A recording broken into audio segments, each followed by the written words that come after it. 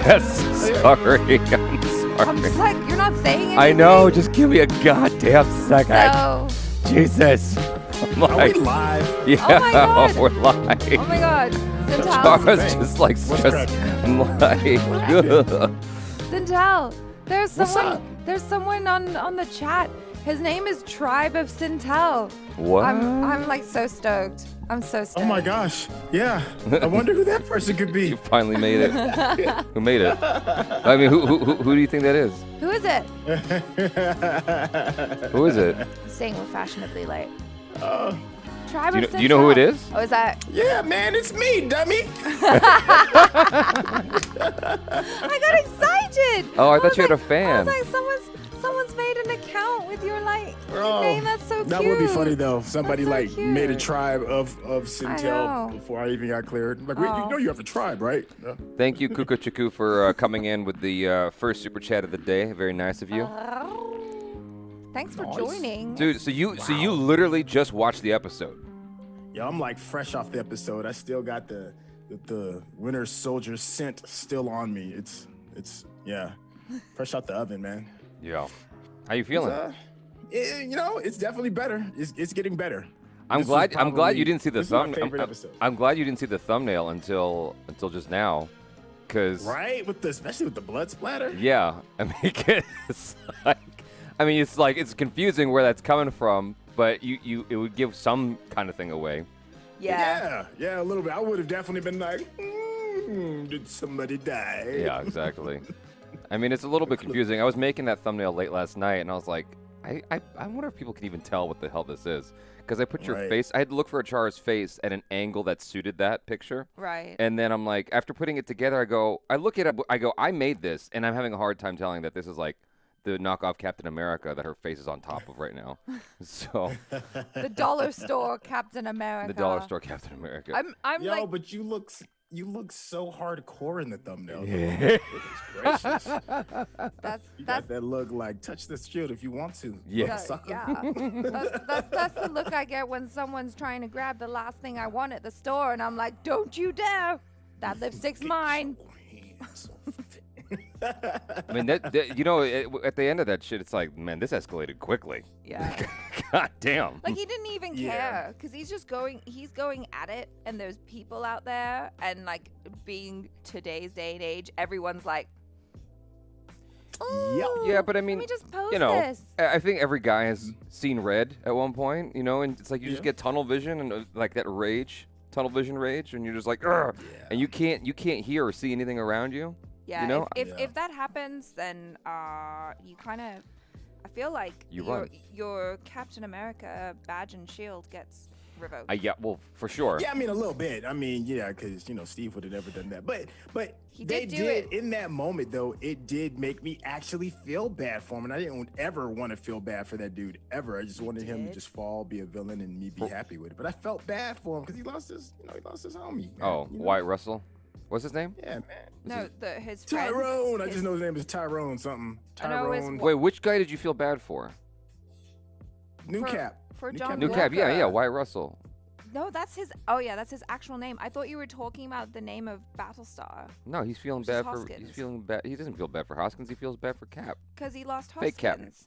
Exactly. Don't man. ever call him Cap. Fake Cap. Do not use that Cap. name. Yeah. Fake Cap is fine. Yeah. Don't ever call him. But I wonder what it's a commentary on. The first thing that comes to my brain is like, I mean, maybe this is a stretch, but police brutality.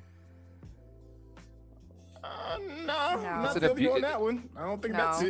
it. It's a. I mean, I'm it's curious as to why would you think that is because a it's an play on abuse of police power. He's got something to prove. He's just like hard up for a fight, and it's like, I mean, obviously there's revenge in there, right? Because his buddy got taken out, but it's just like Right. boys in blue will go after you and take you down. Law be damned if you take out one of their boys in blue. Like, I guess I never. did you ever see the North Hollywood shootout? No. You didn't see that, Syntell? Yeah, You said- I mean, it's based. Oh my gosh. Yeah, I saw it. So basically what happened was, for those of you that don't know, there was a bank shootout because there was an attempted bank robbery in North Hollywood. And one of the guys offed himself, right? Because he's just like, he was, these guys were armed from like top to bottom. Yeah. It was a scary situation, Mm-hmm. and the cops are having a hard time taking him out. And they, obviously, they were taking a couple cops down with them. One of the guys took himself out. The other one got pinned down. He got shot. He fell down, and the cops just let him bleed out. Live on news, just live on television, just let him bleed out right there on the floor. Wow. I'm like, whoa. Yeah. I understand you're mad, but there's something called the law, and you're supposed to take him in. Yeah, I mean, that reminds me of, they'll even take other cops out. Because remember Michael Dorner, right? When the Michael Dorner stuff went down? That's true. They burned him to a crisp. Michael Dorner was a ex-cop that took his vengeance out on other cops. Right, he was a vigilante cop. And they ended up going into the mountains, and they burned him out. They literally burned his body down to a crisp. Yeah. And while police helicopters, regular helicopters around, they just let that man burn. So yeah, if you kill a cop, typically, the justice is you die on sight. Typically, at least.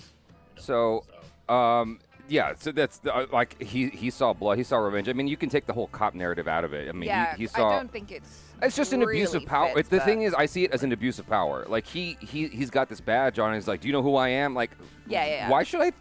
And so he's wearing that mantle. Like, I don't know. You know what I'm saying? When you were kind of talking about the real world repercussions in our discussion after the episode, my thought went to how America, especially like more so back in the day maybe, but maybe still now, how America was kind of world police. Yeah. And they kind of come that too. in and like do stuff, and it's like, yo, why though?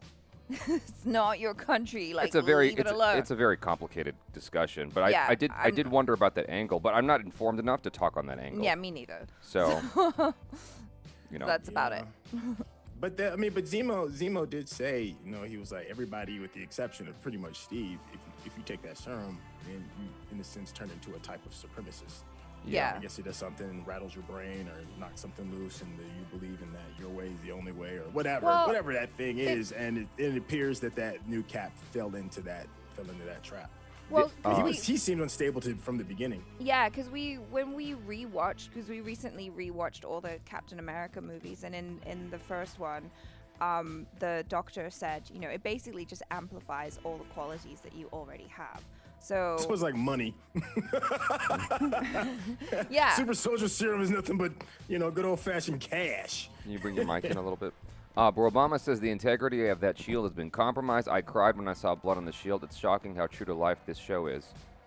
Yeah. See, that's what I want to know, though. Like, because when you say true to life, Obama, what do you mean by that? That's the thing is, like, everything in this show has some kind of IRL correlation. Yeah. And so, what does the blood on the shield correlate to in real life? So I'm posing that question. I mean, I give you my theory. Like the tainting of an ideal. Okay. Yeah. All right. I don't know. Okay. Well, the only heiress also said, I think it's the first time we've seen blood on that shield, which I think is true. That's true, and also highly unrealistic. Yeah. I mean, Cap's taken out some people in the past. In Captain America Civil War, pow with the shield, like those people would be exploding. Yeah. But I feel like there's gonna be like some type of correlation between that blood on the shield and the drop of blood on the Watchman button. I can't help but like not try and compare it somehow, because the comedian would always wear that button. It's like, hey, I'm smiling, everything is all happy, but there's blood on this. The comedian was in the Watchmen, his whole thing was he was able to see the big picture in life as a joke. So even though he's smiling, he's still doing like these horrible things. And with the blood on the Captain America shield, some people in this country feel that what America stands for is kind of a bit of a joke, because it stands for one thing, but yet its actions reflect something completely different. And you see that blood on the shield. Yeah, it's a reach. It's a bit of a reach. I'm trying to force this correlation with the button. I feel like the police brutality thing was a lot closer than Watchmen. Okay, I'm trying. You're pulling at straws. Yeah, I'm trying to make it interesting. But then, okay, so how do you personally feel about the blood on the shield? It was horrifying. It was horrifying because it's like, as someone who's like, we just rewatched the Captain America films, and obviously I've watched most of the Marvel films. I bought Hulk. The one with Edward Norton. I never finished. Ang Lee. No, That's that's a different one. one. That's with that's with Eric Banana. Yeah. So I watched that one once. That's with Nick Nolte as well. The one with Edward Norton. I haven't finished it yet, but I've watched Okay. most of the Marvel Best films. one. Yeah. Is it really? Yeah. Yeah, I think that's the best Hulk movie, the one with Ed Norton. Okay. So I've Yeah, watched it was- all this to say I've watched most of the Marvel films, and there isn't a whole lot of blood in the movies. Like there's more blood in the recent Justice League film by Zack Snyder than there is in all of the Marvel films combined. Yeah, well, and they still have to pitch this to kids too. So Right. there's And that. so to see blood on the shield like that, it's kind of even like it was just a kind of a graphic moment, and I do wonder like how kids are taking it.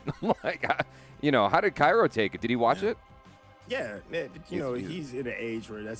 there's blood in his video games. Sure. So he's completely, sadly, desensitized to Right. a lot of violence on television and in games. So Right. Abhishek Ankar says Farhan Akhtar is rumored to be in some Marvel project currently being shot in Bangkok. It My would be cool to hometown. see Milka Singh run in Marvel. That's cool. That would be super cool. And then Cam K has two texts that or two messages that he or she is going to send.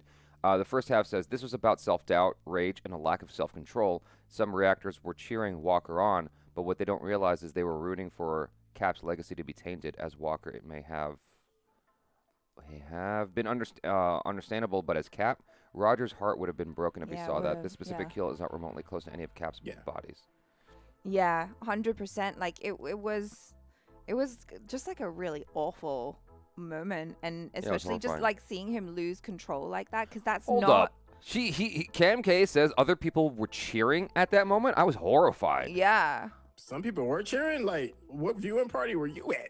Yeah. It's a horrible viewing party. Like, yeah, just I just, I, unwanted violence. you could But I get it though. You do feel bad in that moment because he is raging out. Like in that moment, like I can't imagine what I would do if somebody that I love was just murdered right in front of me. And in that moment, I'm a super powered person. I can't sit there and guarantee you that it's going to end correctly. But that's why we love Steve Rogers, because Rogers is capable of making the right decision when it's on the line. And Yeah. this dude, just Yeah, isn't capable of that. because if you go back and watch Civil War, there was a moment where Cap was doing that to Iron Man, right at the end, and it was just like horrifying, right? Because the two Oh of my our God, I didn't favorite even make that characters correlation. Yeah, That's a great correlation. going at each other, but at the very last moment, Steve restrained himself. No. He He- walked away, didn't he? No, he did hit his thing.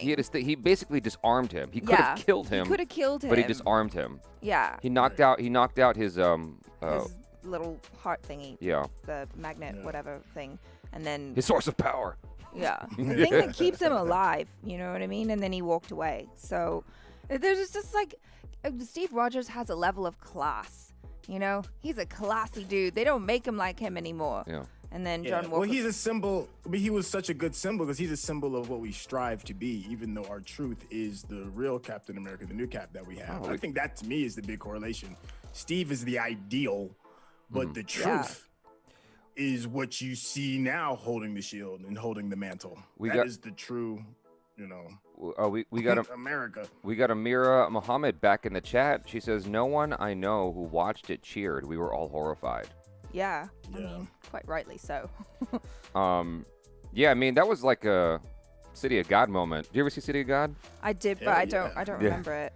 Hey, you went back on that one. Yeah, it's like you That's took an out old my school my homie. I'm taking you down. There's no two ways about it.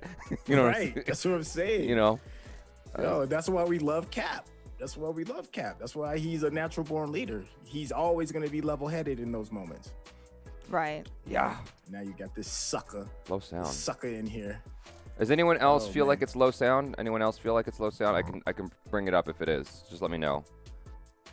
Do you guys have any idea why the power broker needs the serum?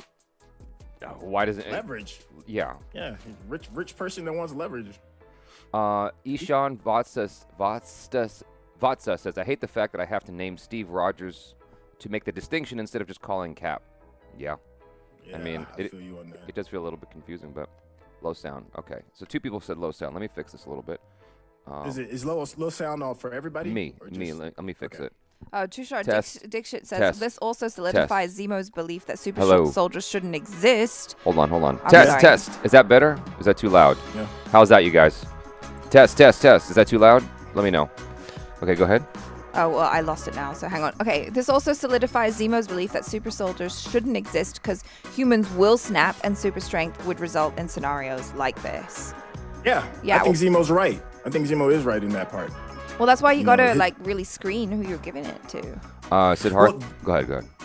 There's that moment when he sees the serum all on the ground, and for a hot moment, I was like, "Yo, is he about to take it?"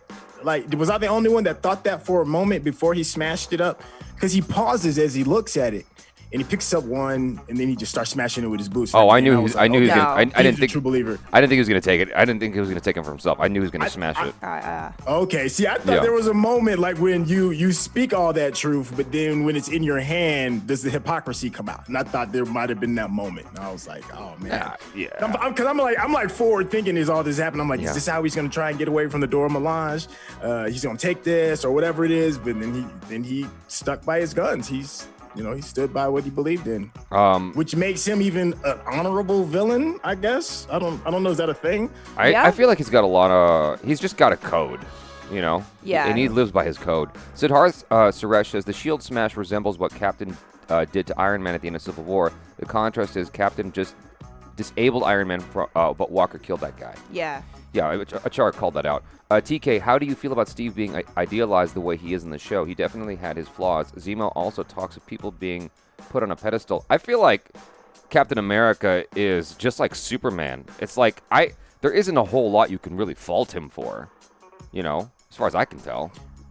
Well, I yeah, mean, I agree. He's definitely He's a a- really noble I mean, character. he had a hard time with bad words. Yeah. That's how clean cut he was. If you go back and watch Age of Ultron, the whole intro is him not being able to say any bad words, and everyone's sort of joshing him for it, you know. So Yeah. Yeah, he's I think the only time he cussed is when he said, "Yeah, that is America's ass." I think that's the only time, and it was like a heartfelt, funny kind of moment. Well, not even heartfelt. yeah, ass is the only bad word he says in the That's the entire. only thing. I think that's the only thing he says. If that's even a bad word, you know, it just Right. means a donkey. So, my brain is sort of compressing everything because we've been watching these shows after midnight. This is the one with the Wakandans fighting, right? Yeah, the okay. Dora Milaje came and Get- kicked some Dora butt. Yeah, okay. Yes. So Woo. I want to hear your feelings about the fight scenes in this. Mine. Okay, so I thought there was a funny moment when Falcon is looking at Fake Cap and he's like, "You stand a better chance fighting the Winter Soldier than you do against the Dora Milaje," and he was right because them ladies don't play at all. And then there's some really good lines when he was asking her like, "Where's your jurisdiction is Wakanda or whatever it is not here," and she's like, "Yo, my jurisdiction is wherever I am." Yeah. Yeah, and you know their fight style is just it's fun because it reminds me a lot of oh my gosh in Wonder Woman, the island of the Themyscira soldiers with the Themyscira. Amazons. It reminds me, it's close to that same kind of fighting style. It's like an old system that's still effective even against things like guns and high technology and stuff like that. It's like an old school way that still works. Yeah. And it's kind of like really surgical too, especially with the when one of them threw the spear through the straps of the shield and disabled the shield. Like, you know how accurate of an Olympian style spear thrower you have to be in order to make that happen, and they did it like effortlessly, and it's just Right. it was just fun and refreshing to watch, and they beat his ass, and I loved that. Yeah, and like I loved it as well. Like my favorite part, well, I mean, all the fighting and stuff was amazing, and I was digging it. But at the end, when Fake Cap was like, "They're not even super soldiers," Yeah. I was like, "Yeah," and they're that badass. Oh my god! Like when he first came over and was kind of all like, "Hi, I'm Captain," and he's like about to try and introduce himself to her, and she's just like, "Kapow!" I was like, "Yeah, you're an idiot. Shut up." Oh. You know what else was dope too was that moment. Like pretty much anytime the Winter Soldier walks in the room, you have to recognize and take notice, right? He's like a pit bull off the leash. It's like who gonna get this pit bull? Like who? And she walked right up to him and literally disarmed him. Yeah, dude, I flipped when I saw that. When that happened, I totally flipped because I thought it was a kind of moment where he was just fucked. Excuse my language. I thought that he was gonna have to like run after her with his one arm and say, "Please put it back." I didn't know he could just go pop and put it back on. Yeah. No, I saw a funny comment earlier. I missed the name, but they said, "Oh, don't tell Rocket that you can disable Winter Soldier's arm like that." Funny. Yeah. Can you imagine? He's just like, That would have been hilarious. Imagine a portal pops up and Rocket jumps out. It's like, I told you I was gonna get it, and dipped out. So Siddharth Suresh says, "I have a feeling this show is the end for Winter Soldier." I don't think so. Nah. I don't think so. Not I don't think by so. a stretch. actually, they can't just end him like that in a TV show. No. I think it ends with him apologizing to his friend that lived upstairs, who the old Asian man, for killing his son. You think that's gonna come back? Yeah, they wouldn't bring that up if they did. I feel like the last episode is gonna be that ad that we saw a long time ago, them practicing with the shield. It needs to be, because we've had we're on episode 4 and we still don't have Falcon as holding the mantle, which is still silly to me, but we're here, whatever.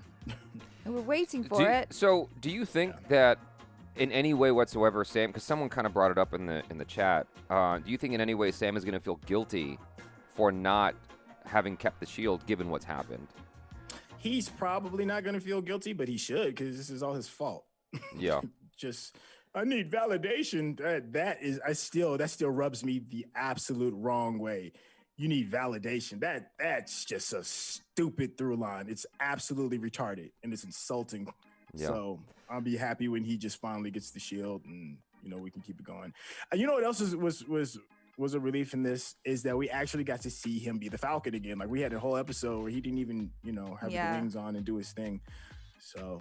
It's normally stuff like this type of nitpicking wouldn't be as apparent if we had like a 10 or 12 episode season. Right. But when you only got 6 episodes, you want it all in every episode. And I think this last episode was the closest we've had since the opening sequence of the very first episode of what the potential of the show could be. Yeah. I mean, I saw Game of Thrones. I know better than to do 6 episodes of anything. You're like, make it 7. At least 7. Give us at least 7. Go ahead. Right. Well, I was going to say was so Halm Roy in the chat here says, there's no way Falcon's kicks were hurting the super soldiers. It doesn't make sense that he fights hand-to-hand with super soldiers when he was losing to Batroc, who was just a human. He should fly. Yeah. But the thing about it is isn't his outfit helping him out at least a little bit? No. I mean, it helps him defensively, like blocking bullets. The wings will come out and protect him. He can use the wings as more of a force than his punch. Yeah, momentum. It helps his agility. But the thing is like the super soldier serum, like if you're gonna like kick people through walls and doors like the super soldiers do, your bones and muscle structure just can't support that. Super soldiers can, because they got stronger bones, stronger muscles. That's why they can jump out planes and land and not break a bone. Falcon ain't got that. He ain't doing that. He's a normal dude. He does that, he's gonna break his arm and shatter his knee and all that kind of stuff. So his outfit doesn't give him any support the way, let's say, Bruce Wayne's outfit gives him support in The Dark Knight Rises? Because remember, Bruce Wayne couldn't walk, remember? And then he had his outfit on, and that helped him. That gave him stability and gave him more power with his kicks and stuff like that. Yeah, but his outfit it's not like, what is it, War Machine? That's... Yeah, his outfit's helping him out, but his is just like a pack with wings and stuff. Yep. I guess I enjoyed the shit out of that fight though. I think the only tech heavy thing outside of the backpack is his goggles, because it's got his heads up display in it. And he's got red wing. Well, not anymore, but used to. I enjoyed the fight nonetheless. It was cool. I wasn't even thinking about that. Yeah. I wasn't. I like him. One of my favorite moments was when he turned and did the rocket fart at the guy, and knocked the guy back. I thought that was cool. I thought it was a creative fight scene. I mean, I understand the physics of it. This is a part where I go, checking my brain at the door a little bit because the physics of it be damned. I thought the fight choreography was very creative, and the way it was executed was really cool. I always think about you too, man. When I see fight, I can never not think about you when I see fight choreography because I'm always like, well, where's the story in the fight? Yeah, I thought it was cool. I thought they did a good job, and then it was a powerful moment because like the thing about it is it wasn't just fighting for the sake of fighting. It had meaning in the show, and it concluded in a very strong way with Fake Cat. Not Fake Cat, but what's his name getting busted? I can't remember the dude's name. Hoskins? Hoskins, yeah. Battlestar Galactica, that guy. Yeah. Like, he got knocked out. I was like, oh, it's a... it was an emotional moment, and that's what a fight scene should have is, like, emotion in it. Yeah. And so, like, I thought it was just that section of the show was really fantastic. The thing that was bothering me that I mentioned in our chat is that episode to episode, well, this one in particular, I feel like I could see things coming. Like you mentioned earlier, when the serum fell on the floor, you're like, did you think for a moment? I'm like, nope, not at all. I knew he wasn't going to take it for himself. And throughout the show, I could just kind of see things coming. And I was talking to Skeeter about it, and he's like, yeah, but you're a movie buff. Like, you're going to see that stuff coming. Most people aren't going to see that coming. So calm down. He's not lying. You've already looked behind the curtain, and you can't. Once you look behind the curtain, you can't unsee cinema. Right. For what it is. Aditya Sharma says Zemo's character arc is very interesting to follow. Amazing performance by that actor. Yeah, he's a brilliant actor. He just needs to not dance. Oh my God, no! Please have him dance. He's amazing at everything but dancing. Just don't dance, dude. It's great. Do your little two-step. He looks like the drunk uncle at a wedding. I love it. Everyone loves the dance except for you, dude. And I think my brother also didn't like it. I didn't see his video, but its thumbnail said, "I'm sorry. I just don't get why this is such a big deal." Because it's amazingly bad. It's great. It's just spectacularly bad. This is a man with, some of the most ninja-like fighting skills on the planet, but he just can't seem to handle a simple two-step. Amir Muhammad says he should feel guilty. So this is backtracking a little bit. With Sam, he should feel guilty. Yeah. I mean... How did you feel? Okay, so there's small poignant moments where they try to make you like Fake Cap. And when he's sitting there with his partner and he's like, man, you remember that time when we were overseas fighting? I forgot the country where they were fighting in. Afghanistan. Maybe it was Afghanistan. Okay. Yeah.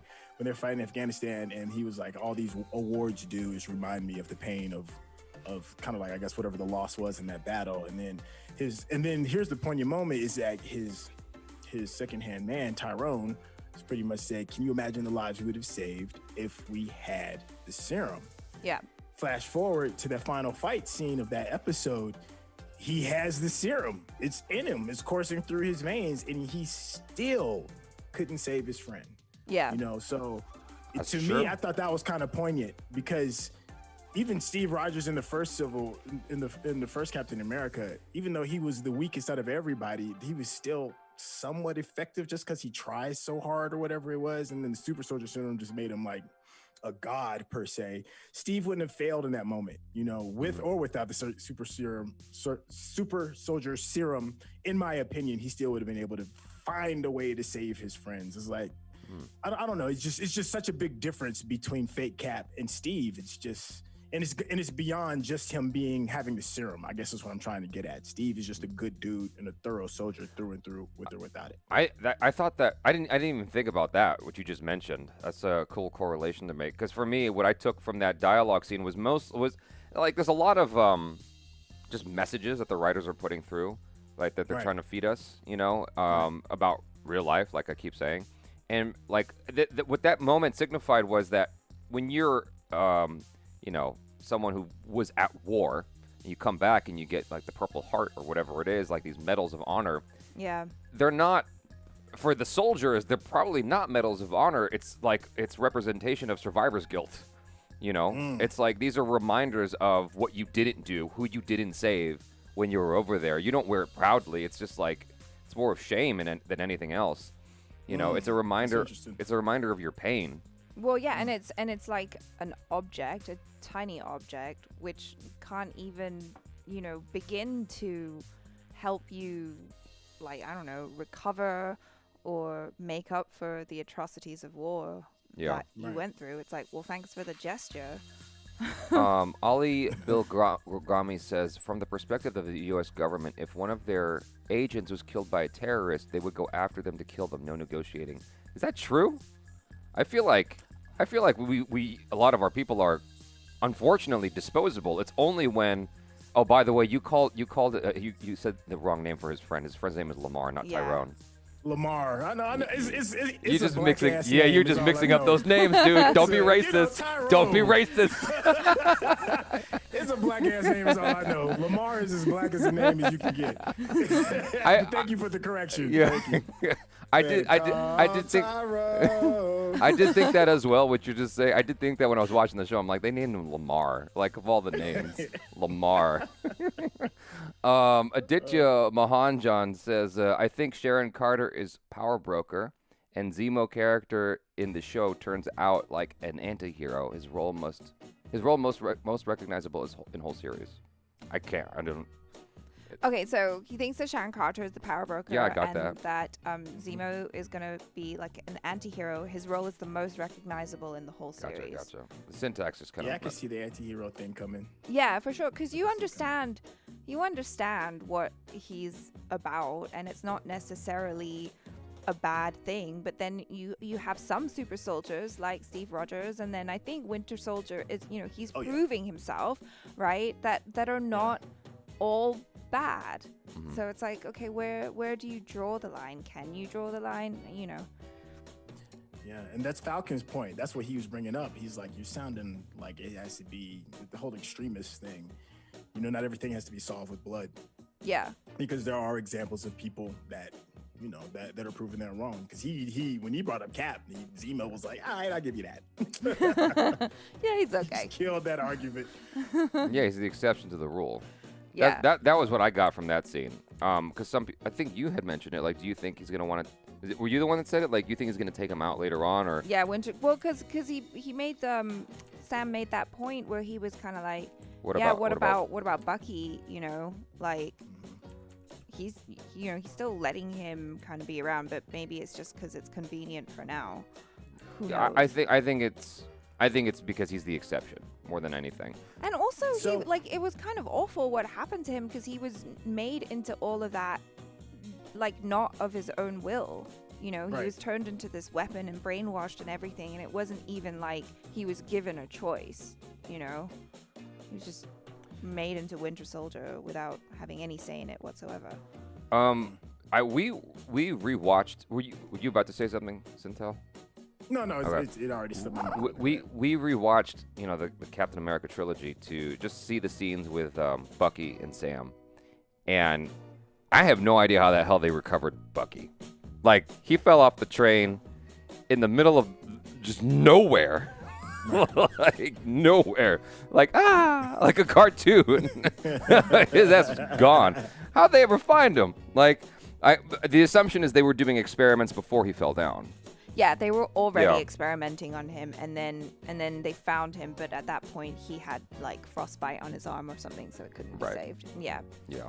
Ali Bilgrami says, Dora and Malaji don't seem like good people. They fight for themselves, like they were going for killing blows when Lamar and Walker were on the ground. Nah, I mean, I don't think if they were going for killing blows, they would have killed them. Yeah, I think so too. And for the simple fact, I mean, the shield being disarmed is a perfect example of that. To me, it's like she could have aimed for his chest. Instead, she aimed to disarm him to make him less of a threat. Yeah. So I don't agree with that. There's certainly no politeness about them when they come in the room. No. It's just like, but there shouldn't be. They're soldiers. That's the thing, and that's the thing I love about like the very first Wonder Woman and the Women of the Mascara, is that there's a piece of seeing a woman being that type of a soldier that's a little jarring, because there's a part of your brain that wants to rationalize women shouldn't be fighting in that manner. Right. At least for me, there's like a small part that's like, that seems a little off. So you'll hear comments like that. But if they were men doing the exact same thing, I promise you half those comments would have been brought up. If they were men coming in being with that assholes, attitude. Being with that attitude and being that aggressive. It would have been par for the course. It's like, well, yeah, that's what men do. I think I disagree with that. I think if you saw male characters come in the room with that sort of attitude, But they're it soldiers. would be off-putting. They're soldiers. And even though. even if they're soldiers, it would be off-putting. It would be like, who are these people? Who do they think they are? Right. You know, I feel like that's the response that anyone in the audience would have if they saw soldiers acting that way. That's generally what we do. Like, for some reason, my brain's going to the dumbest of examples. But you ever see the movie Ants? Mm-hmm. You know, Gene Hackman plays this. He plays the asshole soldier, and it's like, that's the asshole. You don't associate that with positivity when you see that from a male counterpart. My brain goes to white male counterpart, because it's usually a white male soldier that you see who's being like dickheadish like that, and you associate them with being a dickhead. I mean, like Steve Walker. Even if they're powerful, now they're just like a powerful dickhead. You know what I'm saying? Even worse. You know, so I do. Well, go ahead. no, I'm sorry. No, please finish your thought. I cut you off. Well, Amira Muhammad says the Dora Milaje fight. She's responding to someone in the chat. She goes, the Dora Milaje fight for their country and king. What are you talking about? And so that's the exception I make here, is because there is a purpose to their attitude. They're not just coming in kind of brazen and you know, like trying to take everyone's land and shit. Like, you know. That's why I think they're so noble. Yeah. Like, because they do fight for their country and their king, and like they've proven themselves. They fought with the Avengers. They're also the being Endgame extremely patient. Is the thing. Like, they're like, look, we gave you time to do your thing. Now give us this fucking guy. I gave you 8 hours. Okay, So, that's plenty of time. So I get what's informing their feelings, is what I'm saying. So Julian T comes in strong with the super chat. Thanks, Thank you so much. Julian. He says, I don't think Battlestar is dead. I did wonder that when they showed a close-up of Battlestar. I thought he was gonna like twitch or something, and it's like, oh, He didn't. all though. for nothing. He didn't. I think Battlestar is dead. I don't think Battlestar is dead. I think the impact severed his spinal cord. If he's jumped. Hold on. If he is alive, it will make Walker's reaction even more unjustifiable. Also, Falcon never wanted the shield. His America is not the same as Cap's. There's a bit of truth to that. Even his sister said that. She's like, I don't give a damn who carries the mantle, because that's not my America. I thought that was a very dope moment, because I felt that personally. I felt that there is a separate America. My America's a lot different than somebody else's America that doesn't look like me. Right. So whoever the symbol is like, you know, whatever. I'm still trying to, get this boat fixed. Do you want to expand on that for the ignorant? Okay, so being black in America, because of just racial injustice and systematic racism, I am treated, and people that look like me, or even people of color in general, are treated differently in this country. It's not a matter of opinion. It's a fact. It's just what it is. So when you're treated differently in a space that's supposed to be your home, the type of loyalty and allegiance and the ride or die rah patriotism that's supposed to go along with it is different. It's not that you don't love your home. It's just that you just see it from a different angle. Yeah. Right. Whereas, and then when somebody in the country puts up a symbol of what the ideal of America is supposed to be, Steve Rogers, he is the symbol of what it's supposed to be, but the reality of what America is what the new Captain America is. That is America's true reality, with the blood on the shield. That is how many of us see America. It doesn't mean that we don't love our home. It's just we're able to see past the rah-rah, the flags, and the fireworks and all that other bullshit. There's a dichotomy to this country. Yeah. So if you don't live in that space, you're going to see it from the rah-rah. Steve is what a real America is and the way it currently is, and that's just not the truth. Right. Well, yeah, and also Steve was from a different time, and I guess it made sense for him. Well, in the show's his done time, the show's done a good job of unpacking that, though, because they showed the black super soldier that occurred at the same time as True. Captain America, True, who yeah. was not living that ideal. Exactly. Yes. You know. There's always been that And so, divide. I think that Yeah. that's actually a good. I thank you for breaking that down, dude. Yeah. That's awesome. I think that it was most poignant in Ali with Will Smith Yeah. when he was being drafted. I forgot what he said exactly, but it was like they were trying to draft him to be in the war, and he's like, "But you won't even like recognize me as a human being. right. That you want me to fight for this country." Yeah. I'm paraphrasing terribly, but like whatever he said, like it was really, really strong within the film. Tusharnira says, "I still think Zemo is gonna die to save people." Maybe. Don't know. Maybe. Ditya Sharma says that line was so powerful. I agree, Syntell. Yeah, and then also we missed one from Cuckoo Chiku. He says, "Can everyone please stop calling him Fake Cap already? He was publicly named new Captain America. He might be the wrong choice, but how can he be fake?" Yeah. I just want to say thank you again to Julian He T is for I thank you again, Julian T, for your generous super chat. Yeah, You're really keeping this appreciate ad it. free. Amira Muhammad says that what did she say? It jumped. God damn it. Amira, Hold on. where no, are you? This stupid thing jumped. I can't see it. Hiya. Come on. Just say it again. It- Say it again, Amira. She said something about Sam and his America. I lost it though. Maybe she'll type it again. Yeah, Amir, if you could type it again, that'd be cool because I missed it. Sorry about that. Yeah, the way this chat thing works, dude, it just jumps sometimes, and I'm like, what the hell? Like, you try to control it, and it just moves on without you, and like it doesn't give a shit what you're reading. I'm like, all right. Syntell, that's exactly right. That's what Julian T said. He's the one with the big super chat. And Amira Muhammad is also signing off on what you're co-signing on what you're saying. She says exactly Syntell. Yeah. So cool. Well, thank you. Yeah, Yeah. that was a very You get to keep poignant your moment. cards until. Yeah. Well done. Approval granted.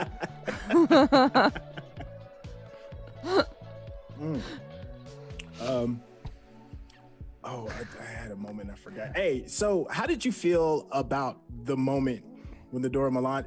I always call him the Dora Milan, but they pronounce it a little bit differently in the show. Dora But you know what I'm Milaje. getting at. Yeah. the Dora Milaje and Bucky and him seeing that moment when he's trying to, I guess, gain control of himself. Like, did that moment move you in any way? Like, just how did you two feel about that? Wait, say it again. I was thinking about the black state attorney that got pulled over the other day. My brain just went to that. So say it again. Oh, yeah. You saw that video? Yeah. We'll talk about that before I forget my thought. My thought is when Bucky is in his is in Wakanda and she's about to speak the words that Oh, yeah. Yeah. Crying. lose Yeah. control. Like that scene. had that I was one wondering tear. How you two felt about that? Oh, I loved it, dude. It was powerful shit. Like it was a great way to kick off. For me, it was a great way to kick off the show. I mean, his acting was great. Like, cause he's dealing with all that guilt. Yeah. Of all the because he said we were watching. I forgot which one it was. It was Civil War. Someone was trying to choke him out. I think it was I think Black Panther was trying to choke him out, and he goes, "Do you remember my father?" And he goes, "I remember all of them." Yeah. I think that's what happened, if I recall correctly. I think so. Yeah, and I mean, like, just imagine that. Like, you've no control over what you did, but afterwards you can remember every single awful thing that you did.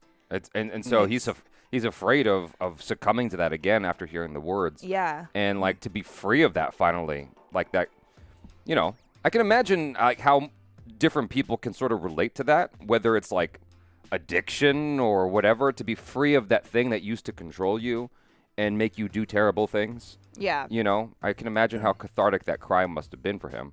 Like, and I thought he did a really good job with that. Yeah, What he did a fantastic job. What was your feeling? I did too. I think you hit something on the nail, hit the nail right on the head regarding like just, and let me get meta, the actor that playing that part. I really fell in love with the actor in that moment because he just let himself go, and you could see the torment.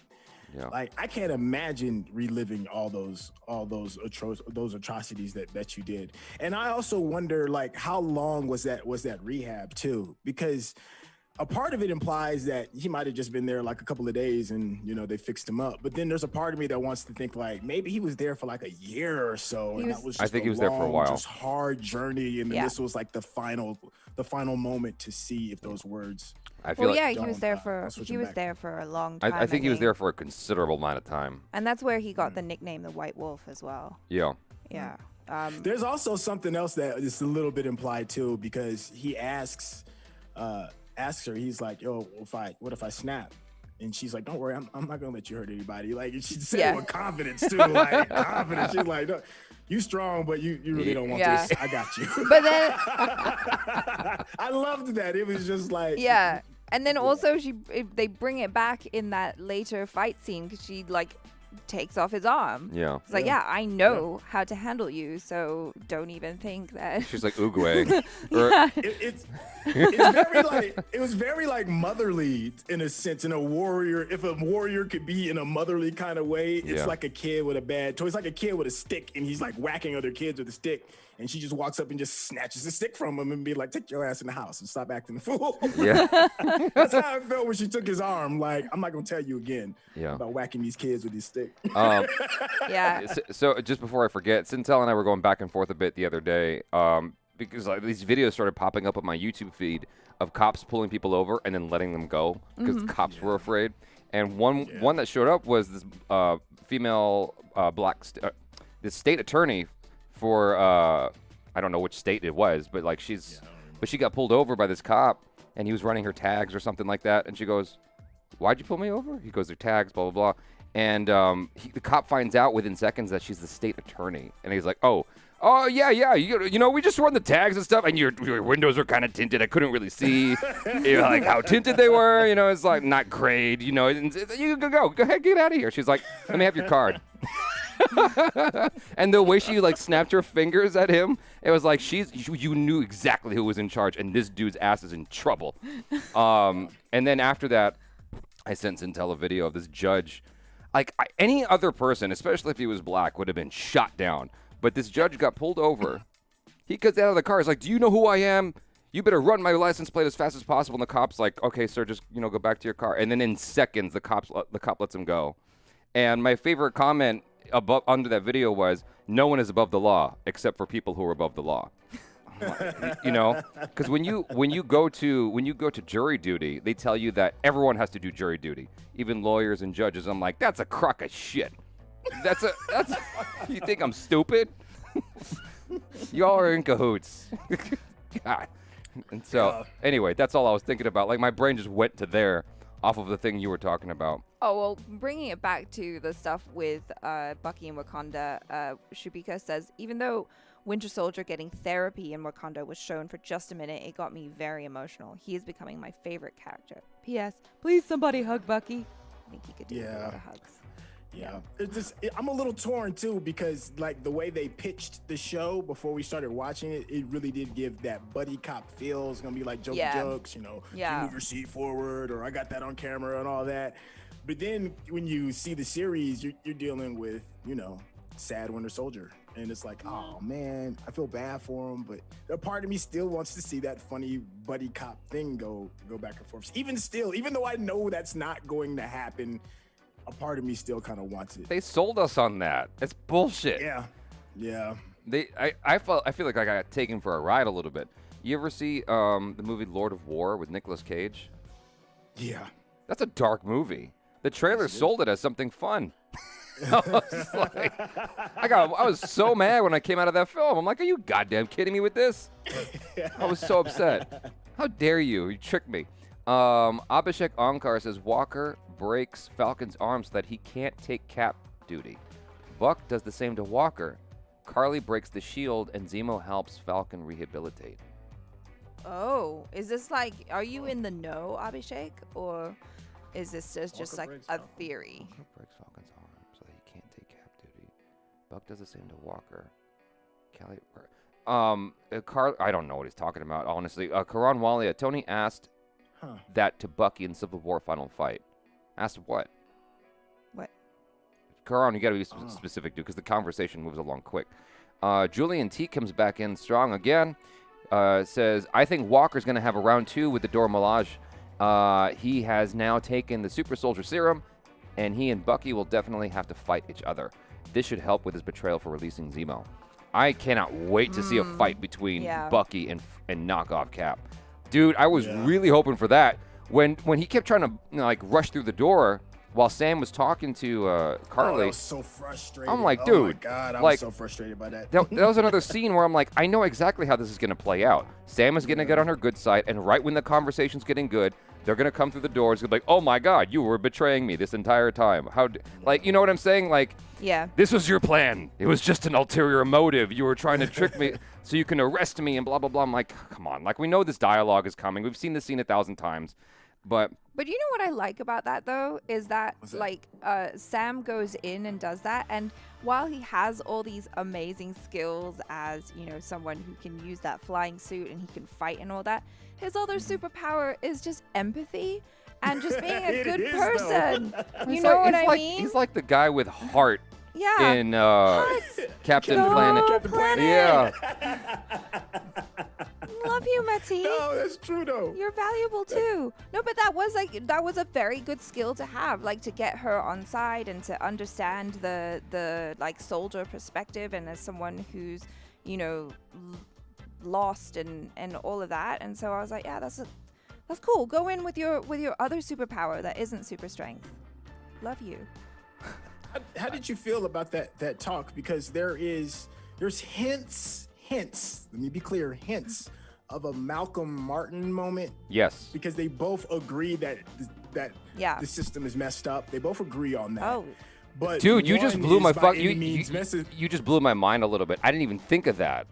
That's actually a great correlation. Yeah. Yeah, but a hint. It's not full blown that, but one is by any means necessary. The other is like we can do it by peaceful means. Yeah. And they're both having a meeting trying to discuss how, and even if it's possible that there could be some middle ground. You know. I didn't even think of that correlation. didn't No, think about that's that, but actually a strong correlation. I loved that scene though, just because of, you know, the end sentence, I guess, is like, yeah, I agree with you, but I don't agree with the way you're going about it. No, but that's such a I was strong like, yeah. correlation. I can't That believe. is a super strong Dude, correlation. that's actually. I feel like that's spot on.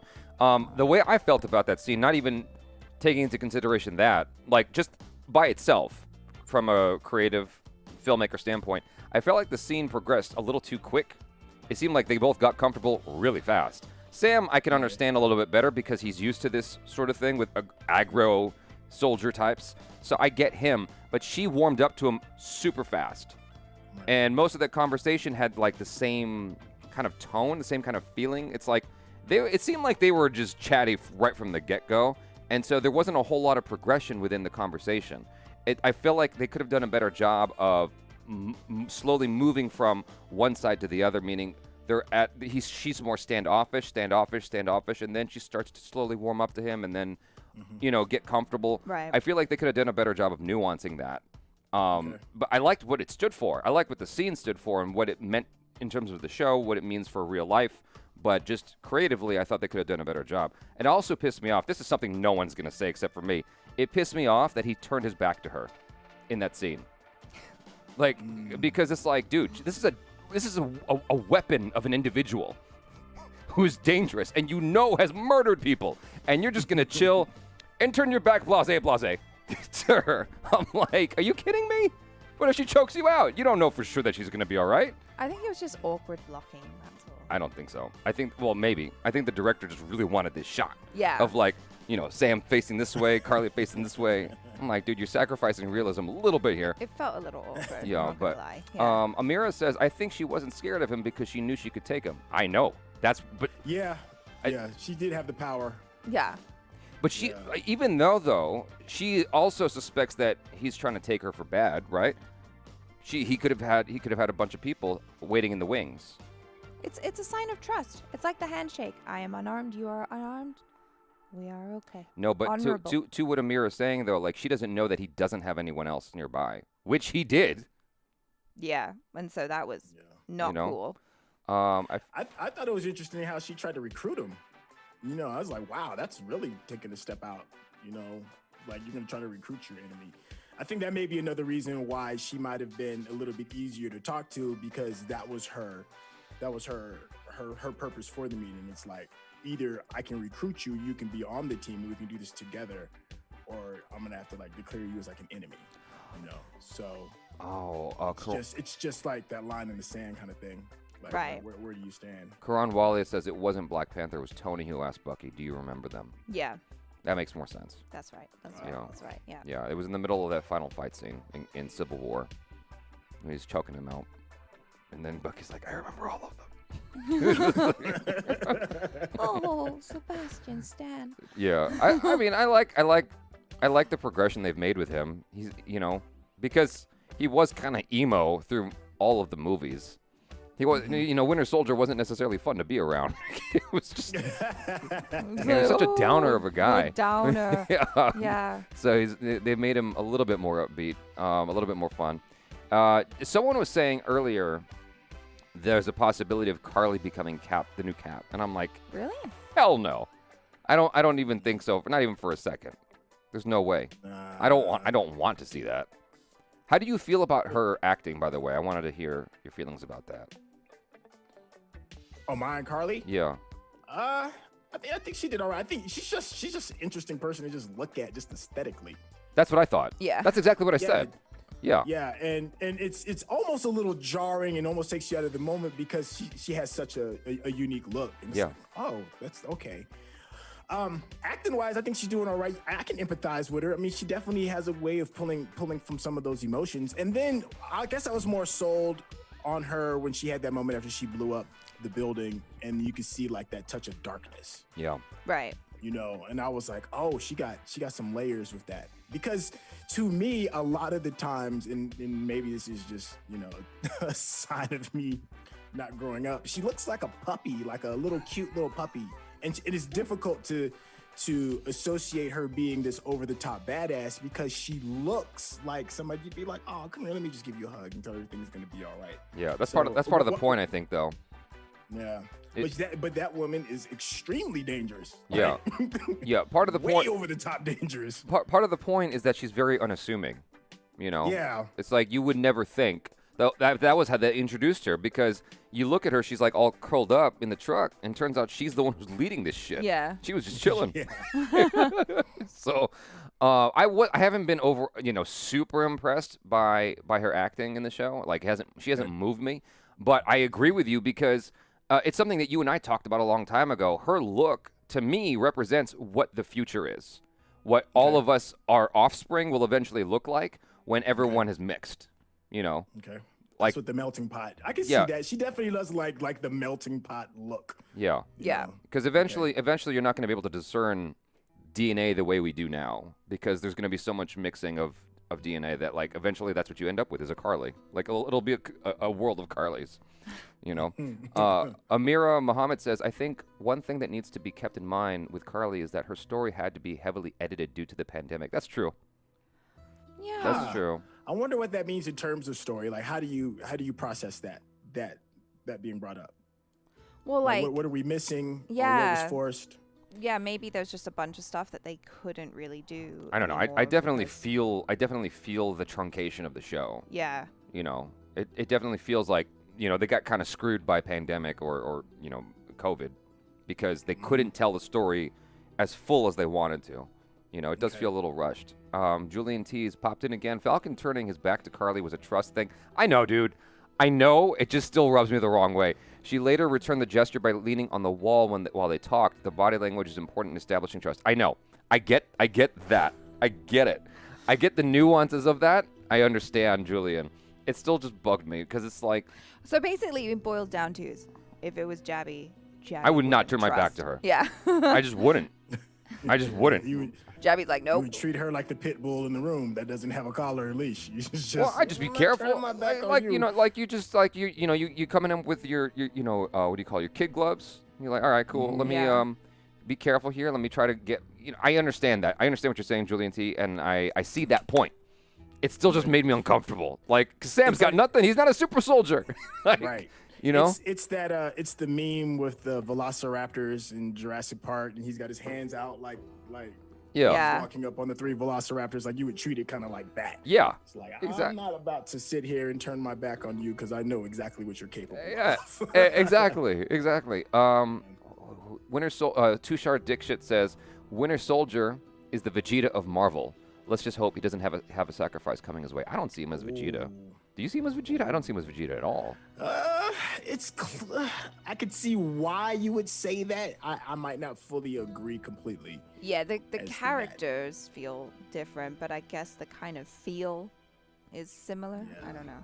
Yeah. Oh, and Sanat Naik and Hitmaniac, I saw your messages. What are they saying? They It's want more just- space? Yeah, but I'll talk to you about it later, Hitmaniac. It was just something that happened this week, but I will make sure it doesn't happen again going forward. I apologize. That's my fault. Vaughn, go ahead. Oh no, I was going to say something really quick. Somebody said something in the chat, and it made me think about why she looks the way she does. Somebody had asked, why does Carly always wear the mask when we already see her face? And it just hit me. somewhere deep in the chat, I just glanced over and saw it, and I had an aha moment. And it's because she looks so unassuming and she looks so cute and like a puppy that when you see her fight, it would be off-putting. So in those fight scenes, her wearing that mask covers that, because that's an aggressive mask. It's all black with a red handprint and stuff like that. Yeah. And it makes you believe the fight a little bit more. Whoever said that, I don't even know who said it. Yeah. It was just an interesting point. Also stunts. Yes, I was thinking that. You like, way easier to just sub in a stunt person with a mask than to try and get, someone who looks like her, because she's so unique looking too. Vansh Punjabi says, Bucky doesn't know yet that John has consumed the serum. Fun fact, John Walker fought the Infinity War in the comics. Well, how about that? What? Wow. I didn't know that. I didn't either. It'll be interesting to see kind of how he goes. If is he kind of going the bad route, or is he going to be a good guy? I want to hear. He's going to be bad. I want to hear Syntell's response to this, because I feel like you'll have an interesting response. Shai Ju Thomas says, Jaby, sometimes you overanalyze, and that gets irritating. This is par for the course with Jaby. Look, but I appreciate the overanalyzing, because then we get into the nuances of everything, man. We get into the nitty gritty of it. It may not necessarily always be, the appropriate for this particular format. I don't know, but I know when me and you are having our conversations, I love it, man. Yeah. Because you bring in perspective from the what they say, the devil's in the details. Yes, that is the saying. That is the saying. Yeah. So I for one appreciate it. But if somebody's not used to that, I could probably understand why. I could see that. JS Jaiswal says Carly's a killer. She needs to die. I mean, she certainly killed people. Oh, yeah. Yeah. I'm sure Captain America's killed a bunch of people, too. He did. Well, he was in a war, but so yeah. I mean, like, let's not act like Cap doesn't have blood on his hands, but it's righteous blood. It's a different kind of blood, I guess. I mean, he felt bad. It's all perspective, isn't it, though? He felt sad. Yeah, I mean, he always felt sad. I mean, in the beginning of Civil War, which I still kind of don't understand, but I mean, it needed to happen. When what's her name? When Wanda threw up the bomb that exploded, and it killed a bunch of people. You saw Steve Rogers; he was sad. Like, he was upset. Yeah. Like, you never see Carly upset. She's just like, they had to die. This is the language they speak. But Carly said when she was talking to somebody and they called her a terrorist, and she's like, revolutionary. It was revolutionary to some, terrorist to others. It is perspective. Yeah. Because to some of the people that's a part of this movement that is massively growing, they see those deaths in the same vein as Captain America killing Nazis. Right. I like the moment when she's talking to Sam, and he kind of trips her up, and she goes, "No, you made me say that. You tricked me. Like, you know what you're doing. Stop it with the words. Stop it. You're getting in my head." I didn't ask for this free therapy session. Exactly. Leave me alone. Mohammed Zain says Zemo in Footloose. Abhishek Onker asked dance off between Zemo and Star-Lord. Who would win? Star-Lord, obviously. He's got more moves. Yeah. I think that Zemo probably has the one move, and we've seen it. Star-Lord's got a bunch. Hold on. Anvi says, the fun fact, the title of the episode is The Whole World Watches. It's a reference to King, the world watches, is what Nakia says to T'Challa to stop him from killing Clow in front of a crowd. That's a very good point. Yeah. Wow, I didn't even piece those two together. That's right, because he was sure enough about to kill Claw. Yeah. He was in that same moment, actually. Wow, that is a very good. Who said that? I just want to give a hat tip to whoever brought that up. I forgot his name already. Yeah, it was right down there. Where? Anvi Talafi. Yes. You're right, man. Well, I give you applause for that, because as much as we love T'Challa, and I'm a super fan of T'Challa, I love that dude. He's one of my favorite superheroes. I have no doubt in my mind that he would have killed Claw if it wasn't for the world watching. And matter of fact, he even had a bit of a blood pack-ish moment with his friend back in Wakanda, and he was like, don't bring him back alive. Yeah. And he kind of like nods and was like, yeah, I got this. I'm about to body this cat. And it was because the world was watching is the reason why he stopped. That is a very, very good analysis. Amira Muhammad says Captain killed folks too. If that's the litmus test for goodness, he fails too. It's all perspective. Yeah, Yeah, but he felt exactly. bad. No, but They're it is. Nazis. It's all perspective depending on where we're standing, Yeah. right? So if we're siding with the flag smashers, then of course we're going to feel that what they're doing is righteous. whether Azar, we're on the other side or not. Azar Creation, thank you for your super chat. And then Amr Nail says, are we supposed to root for Walker in the beginning so that we can feel sympathy for him if he goes on a killing spree, i.e. comparable to evil Superman? But I don't know did if evil we Superman ever kill really anybody? rooted for Walker, though. I mean, speaking I for think they myself. tried to make it. Yeah. I think they tried to make that the thing so that we would, but he was just a funny-looking dude from the word "go," so I was already against him because he had that weird face and that mask. Yeah, He can't help He it. looked goobery. He He can't look- help the way he looks. He looked goobery out the gate, but I feel like they've actually made him look better since episode 1. When the mask is off, he looks kind of normal. When he puts that mask on, he looks like the old dude from Up. I don't know. What? No, but like when I was going through making the thumbnail, looking for images and whatnot, his face popped up. The only time he looked stupid in all of the stills was when he was on the ground between the two Wakandan warriors, and he's like, "What the hell?" Because they threw the spear at the thing and trapped him up. You Yeah. know? So but in general, he looks fine. Honestly, look, it was just that first episode. It was his smile, dude. He just shouldn't smile. Is what I think it is. Because when he was like out there smiling, it just looked wrong. Like maybe the mask, the thing didn't fit very well. I don't know. Yeah. I'm trying I to mean, come up with excuses. what's his name? I always forget all the Chris's. Which Chris is? Chris is Pratt, Steve? Chris Pine, Chris No. Evans. Chris Evans. Roll of That's the one. Chris's. Yeah. Oh, let me just roll through all the Chris's. Yeah, so Chris Evans just has a very nice facial structure, and it just fit in the mask nicely, I think. He's And just a handsome cat, and this is what it Well, is. yeah, He and that- shines through the mask.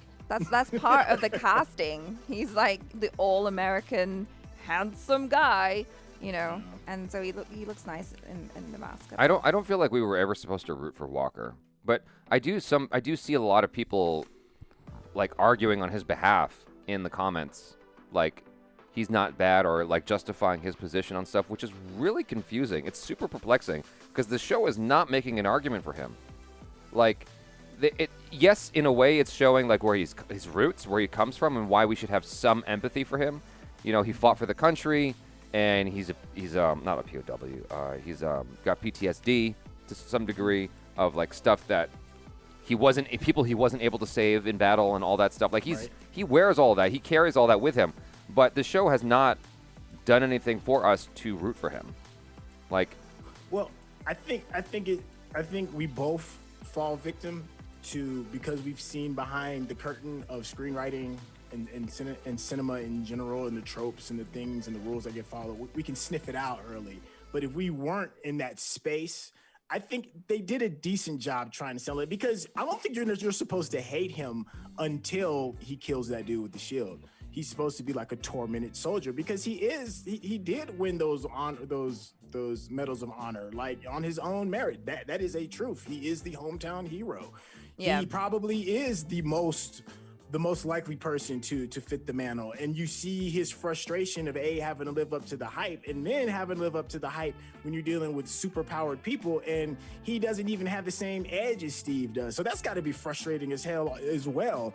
And then when you finally think that, okay, I've finally taken this serum, I can stop people from dying that I care about, going back to his moment in Afghanistan with his friends, talking about how they had lost people, and your friend still dies. Yeah. So I can understand why people could sympathize with him. It's just because we know, we've seen all the signals regarding how the story's going to end with him, and we knew he was going to be the bad guy from the word go.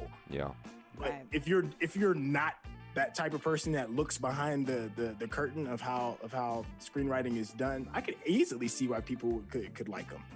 He's just funny looking to me, man. That dude's just I can't get past that. That's not his Well, fault. here's the thing. In the show so Yeah. far, has he done anything virtuous?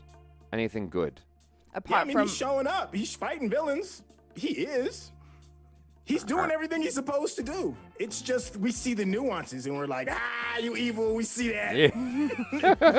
He really hasn't done anything wrong up until he killed the person. And but let's be honest, he was even right when Falcon was in there. He's like, you're gonna leave your partner in there with a super soldier and not have his back. He's right.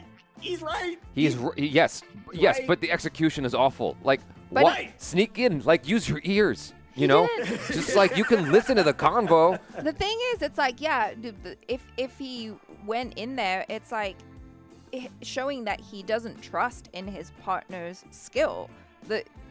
Sam's skill is that he can talk to people. Like, you know, Bucky's like, no, I know him. I trust him. Heart, you know. He's gonna go in there. He's gonna give her some heart. What's his name again? Mati. Mati. He like heart power.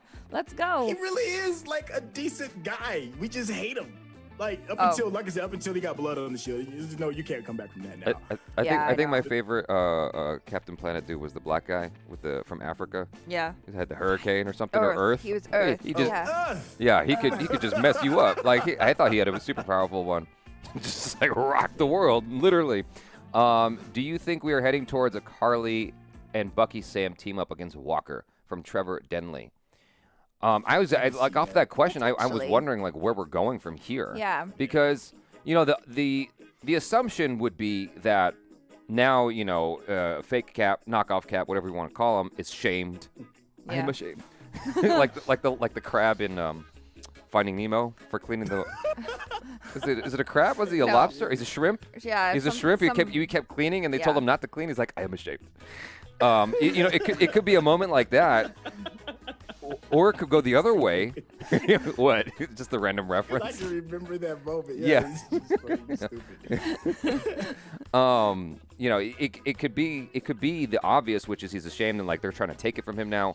Or it could be like you have this division of people who are like, some people are rooting for him. I'm glad that he's doing that he's this cowboy. Almost like Jesse James. Like, oh my, yeah, like this is what we need. America, right, like you have that. You might have a division in terms of like how people feel about it, because the show is political. Mm-hmm. So why not introduce that into the conversation? Yeah. So it's possible. I don't know. What do you guys think? Where's it going from here? I think. Well, go ahead. Please, you. No, I think the team up is possible. I don't really know where it's gonna go. I'm just kind of like, surprise me, show.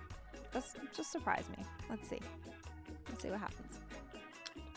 I think she's overly cute, and you can't make her a villain. She's too adorable. It's the puppy thing, and I think like she's gonna team up. She's gonna overreach, see the error in her ways.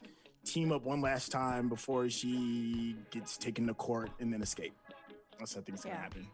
I don't think they're gonna have her be the full-blown villain. I think it's gonna be fake Cap. Fake Cap's gonna go over the edge or something.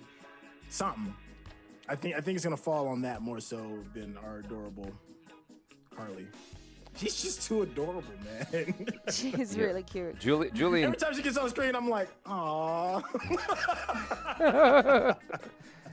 Julian T, if I could like, you know how sometimes people like, rich people will buy a bench, like, and have their name on it. Like, this bench is owned by this, old couple that no one knows. Yeah. I feel like if I could have a couch cushion for Julian T, like, because Julian T's like been such a generous super chatter today. Like this couch cushion is now owned by Julian T. Julian T says Sharon Carter was shown to be blipped in Endgame. If that's true, and we're not dealing with an Ant-Man scenario, then there is no way Sharon became the power broker in 6 months. She likely works with him. Oh, true that, Julian. So is the assumption there that we have not seen the power broker yet? We have not. Well, not that we know of, right? Because we don't. No. They haven't actually announced themselves as like, hello there, I'm the power broker. They've just kind of, we've seen texts and messages. Yeah. MJ Allied says, you think the senator is the power broker? I don't know. I'm afraid of looking stupid right now. No, I don't know who you're talking about. Yeah, me neither. I'm like, just gonna go. Hello, noob. This is one of those moments where I'm like, let me just stay silent and hopefully that just appears like I know what I'm talking about. Somebody go grab that phone. Yeah. Somebody help. Senator. I'm trying to think of the senator. Which senator are we talking about? Yeah. Who are we talking about? That's who she was talking to on the phone, or something. In her bat cave. I have no idea. I don't know. I feel like it's like right under my nose, and I'm just missing it. Can you look up Senator in here? I'll look it up. I'm trying to see if see. anyone. Senator. Mohammed Zain is solving the mystery for us all. He says, "I'm the power broker." All right then. Let's see. Karthik. I look up Senator in Falcon and the Winter Soldier. No one comes up. So I don't know who you're talking about, bro. Well, I know the senator was a big deal in the Winter Soldier, and they arrested him. There was a senator that was a part of Hydra. Oh yeah, that dude. Yeah, I do remember him. That's the only big senator that I remember. In The guy that they were holding over the roof. The black dude? No, he was. The glasses? No, he was the. No. He worked for the senator. You talking about the comedian? He worked for him. I forgot the name of that actor. He was the fat dude. Yeah, man, he's a comedian. I forgot his name in real life. Yeah, he was a comedian, or at least a comedic actor. Yeah. But him, and I do remember them taking him away. So I don't know what that means. That's the only senator that I can think of off the top of my head. There maybe is another one and I just missed it. Amira Muhammad says, if it's anyone we have seen on the show already, then it would be Zemo. Otherwise, I don't think we will find out who the power broker is until the last episode. If at all, yeah. Yeah, they'll definitely hold those cards to the chest for a while. Nasser Farad says, Senator in the beginning of the show that Bucky messes with in the car? I don't think so. I don't think so.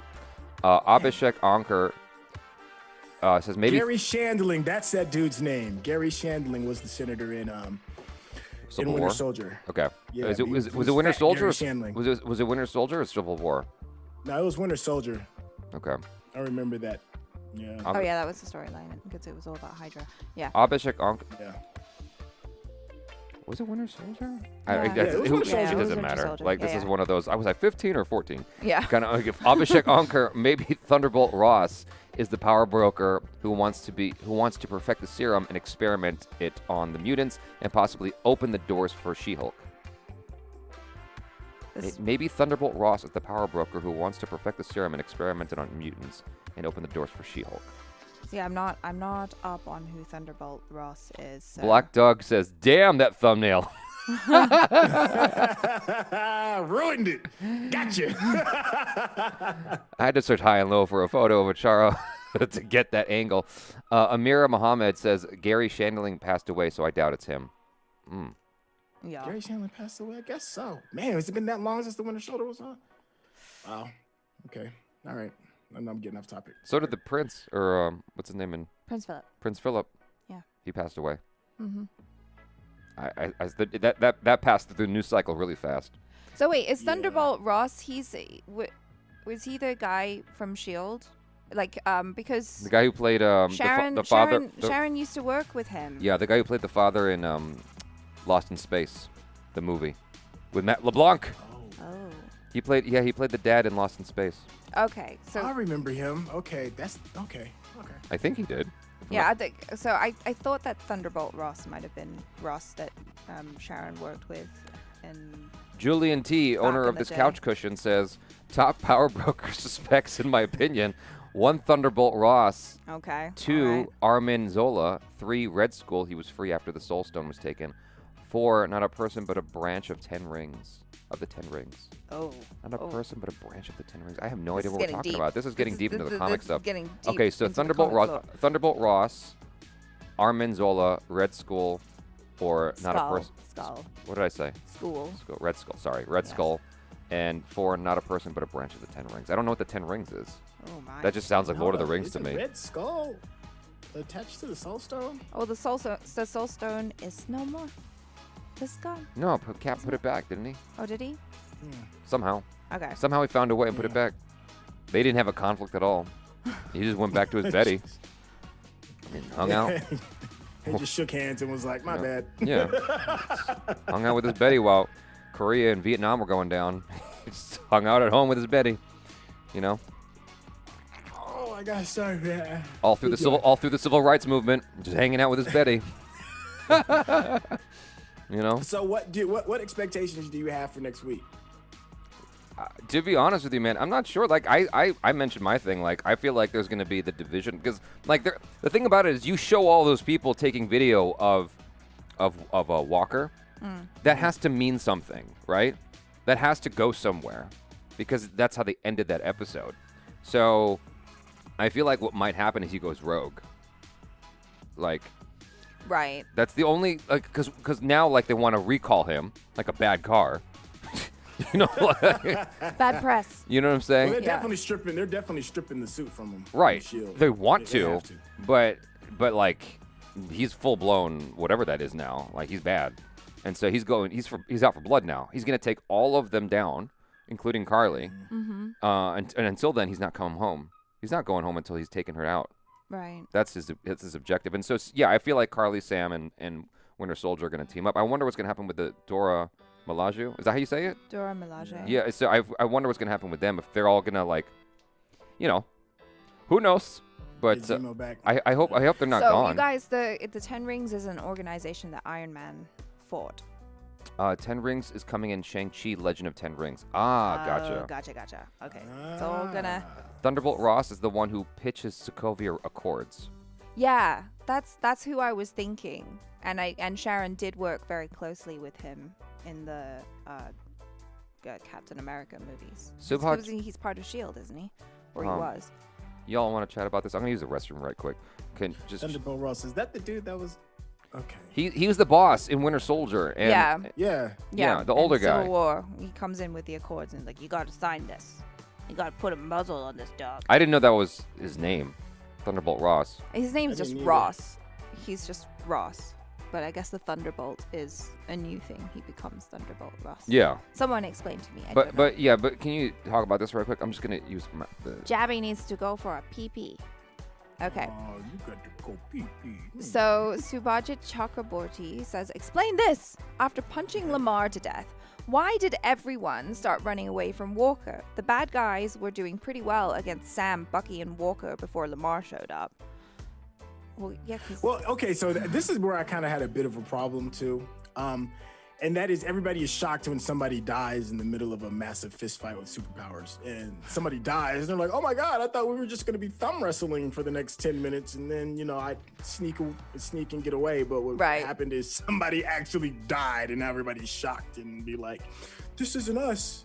We don't represent that kind of death. And they took off. That's how it felt to me. And it feels ridiculous. I'm like, why are you shocked that somebody died? You're Yeah. throwing around I mean, I guess. serrated shields and superpowered uppercuts. Yeah.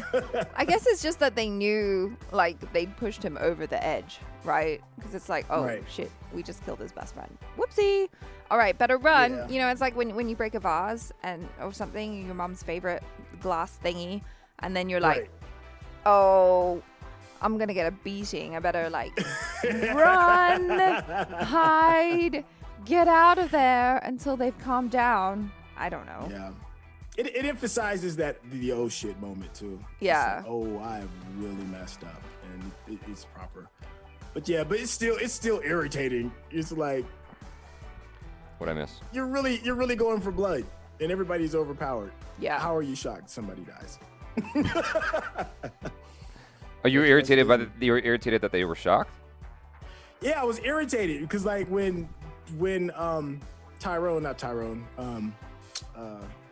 Lamar. Stop. Lamar. Stop it. Hey man, Tyrone and Lamar are two black bliggity black names, so I get them confused. So when Lamar goes down, everybody kind of like stops fighting, and they're like, "Oh my God, somebody actually got hurt in the middle of this melee brawl of superpowered uppercuts and serrated edge shields," and they take off running, and it's just like that's just ridiculous. Why are y'all shocked that somebody got hurt? Did That's you what happened. did you think that there was going to be an intervention at all, like that someone was going to stop fake Cap from destroying that guy, from pummeling him to death? Did I think somebody was gonna be stop it? Like Hell Winter no. Soldier. That was his moment. Okay. That was his moment. See, I You was know, fully and see, expecting when he and raised the that's- shield up. When he raised the shield up, he was like, "Arr!" and it's like that moment of like stalling, so that Right. Winter Soldier could come in and stop him. Like I thought that was what was going to happen, but it didn't. But that is the poignant moment that somebody had brought out earlier regarding Black Panther, because it's the same thing. It's the same moment, but somebody had T'Challa's back and was like, "Yo, you might not want to do that right now, homie." Look around. All in the Right. game, I did wash my hands. I wasn't washing off Corona. I was washing off. I didn't even touch myself, so whatever, man. Like, I washed my hands after I peed. Oh, That's all. yeah, Yeah. you should do that. I did. I'd hope you would. Yeah. I did. Nasty. So, Catherine Rachel says, is it only me who is feeling bad for John? He is going through a lot in the show. For me, the best character till now. Oh, that might be an unpopular opinion, Catherine. No, it's not. There's a lot of people who like him. Yeah. Really? There's a lot of people Okay. rooting for him. He's like So- a tormented soul or something. it He feels like, is. but He the is. torment of the mantle. Heavy is the head that wears the crown, and some people ain't built for it. I mean, I feel like I can definitely see the parts where the writers have been like, these are the things that are supposed to make you feel for him. Me personally, I just have a hard time. And maybe it's a similar thing to Syntell, where I'm like, there's just something about the way he looks and the way he's kind of doing this character that I'm just having a really hard time, Yeah. like, really feeling for him. Like, I understand. I can have empathy, but I'm still like, yeah, I don't like you though. Real quick, y'all. How's the audio? Is the audio okay? Should I bump it up anymore? To me, it looks like it's a little bit low, but y'all tell me. I just don't think they've done a good job of making him likable. Like, if we're supposed to feel sympathy for him, I don't, because I don't like him.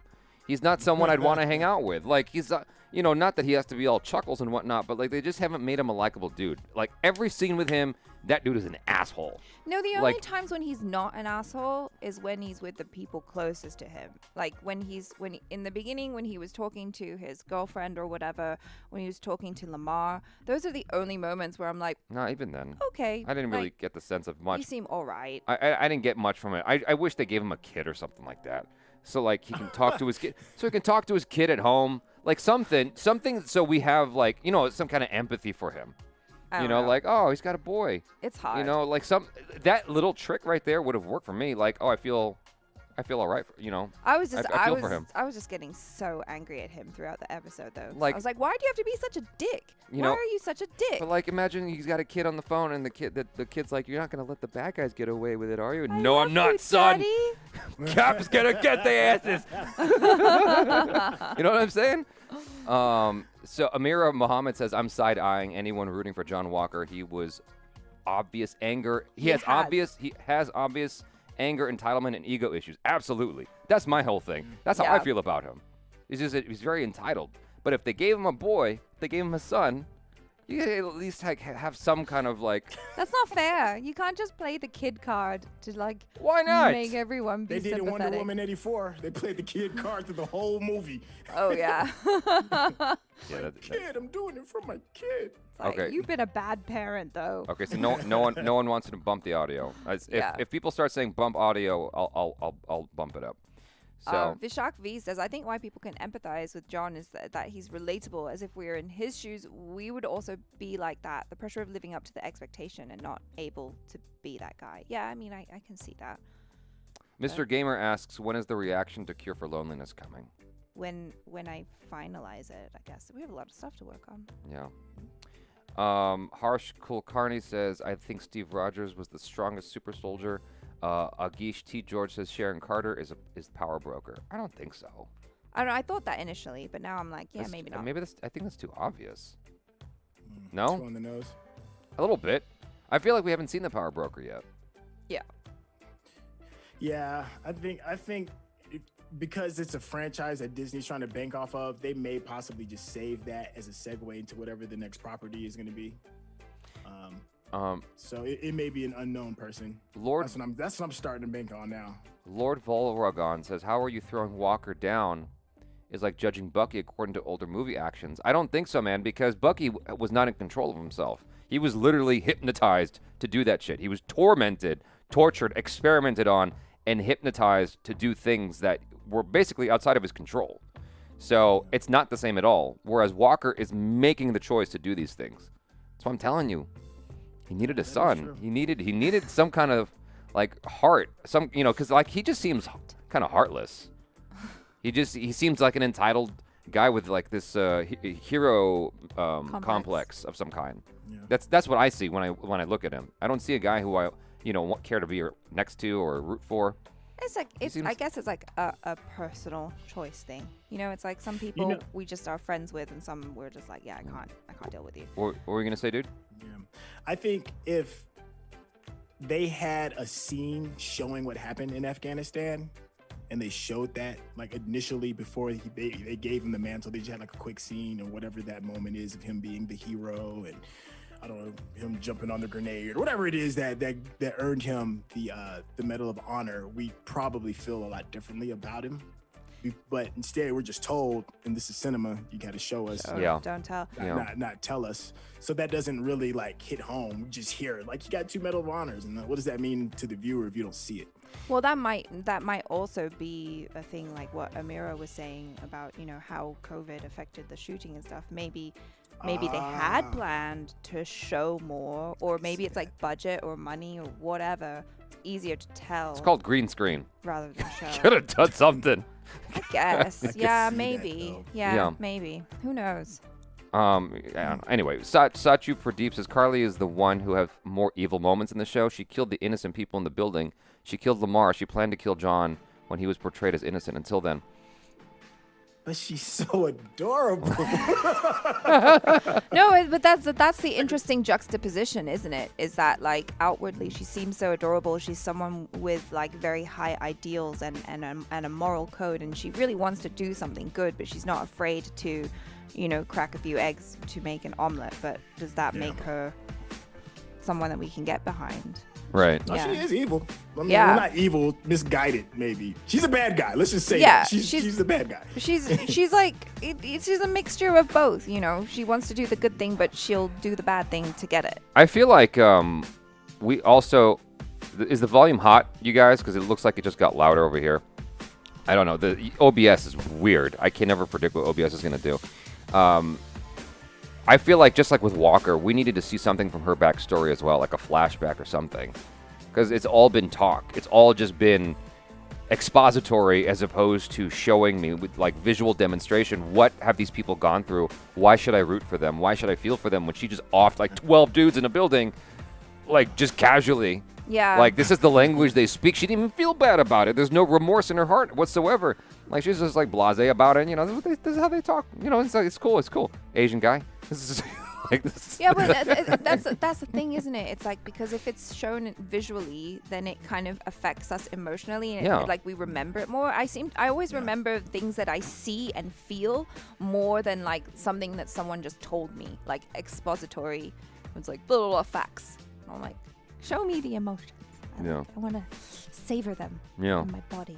Abhishek Ankur says, would Cap behave responsibly if Bucky was killed in front of him in Civil War? Tony would have killed Falcon if War Machine had died by Vision's rays. No, but the thing about it is, for all intents and purposes, Tony didn't even know if War Machine was going to make it. Yeah. So he knocked Falcon over, like, properly.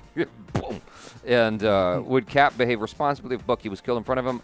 I think that in the end, Cap would have behaved responsibly. He would have, whoever killed him, Cap would have messed him up, but he wouldn't have killed him. He wouldn't have killed him. That's like, it seems like he stops short of that. So, like he did lose control though for a moment. Bucky was his. When did he lose control? Well, when he was fighting Tony, it was like a but he was never. It was like that to me is like brothers pummeling each other. He was never gonna kill him.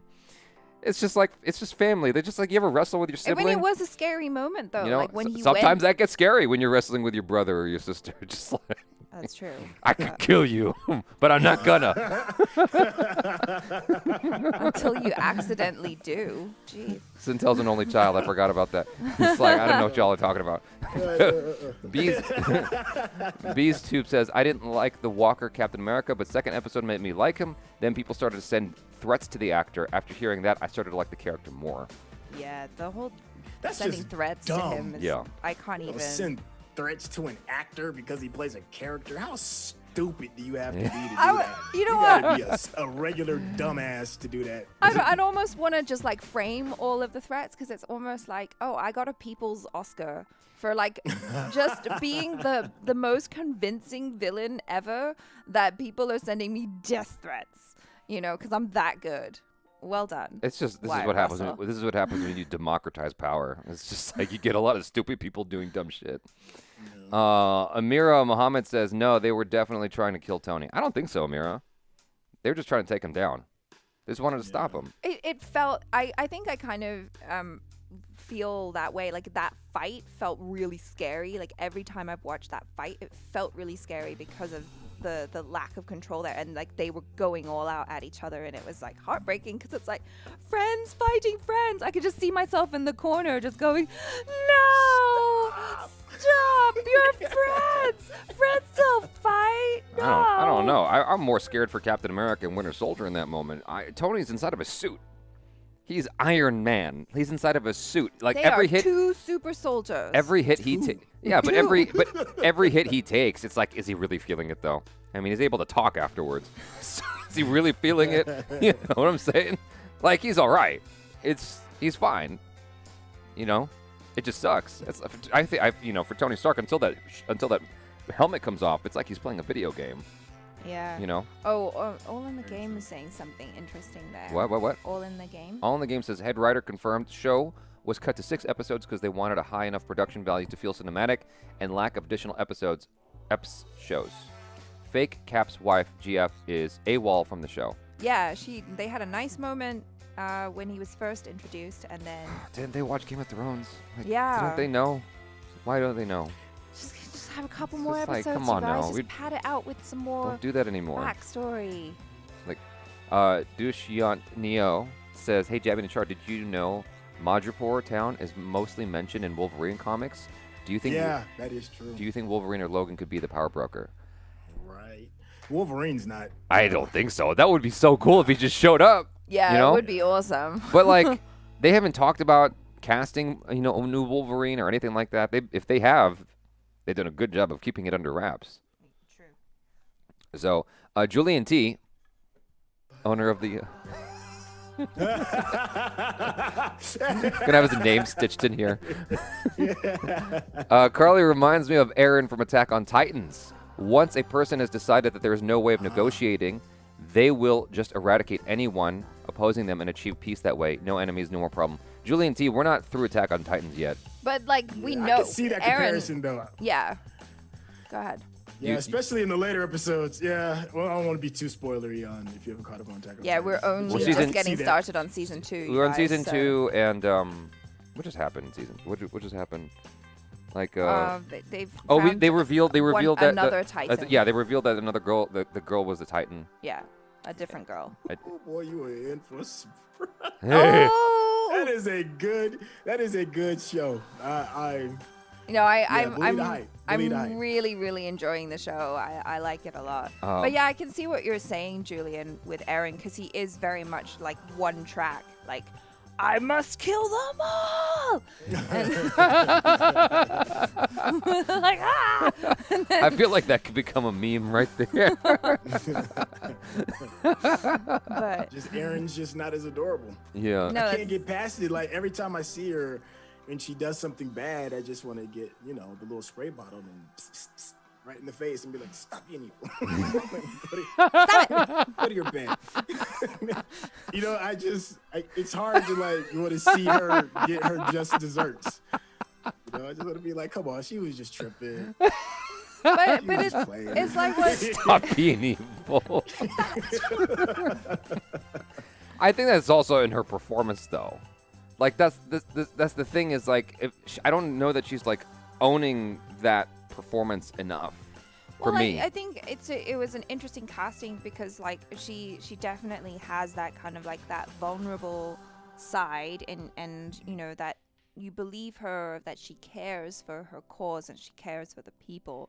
It's I guess like physically she doesn't really look like that badass. I was more moved by Hayden Christensen in Attack of the Clones than I am moved by her.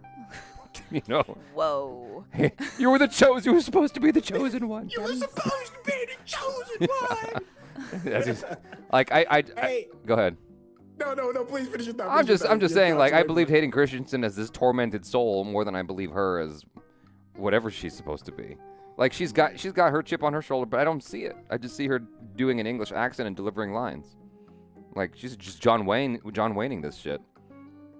Go ahead. I don't know. So what's up with the Turkish chocolates? What's up? The with Turkish the candy and delight? Zemo? Oh, the Candy and What's up Zemo. with the candy? I don't know if that's Yeah, like a Candy and deep Zemo. reference to like the Lion, the Witch, and the Wardrobe, because that's how the witch Wow. got Edmund with the Turkish delight. But I don't know if you've ever had Turkish delight, but it's pretty amazing. To me, Zemo's just trying to. I think it's self-preservation at this point. Like he said, don't talk to those two people; they're bad. I don't think he really meant, and I think that's just to misdirect. Yeah, it is totally. I think it's just him trying to keep himself alive, keep himself necessary, to the characters and the plot. Yeah. I mean, he's a master manipulator, right? Yeah. That's like his thing. So. And like I'm just because they go ahead. No, because he had enough foresight, right, to grab the candy, to grab the sweets, because he knew that you might need. There'll be kids at a refugee camp. Right. So you just. That's Get in with creepy. the That kids. sounds like weird I know. dude in a strange van. You want Exactly. some candy?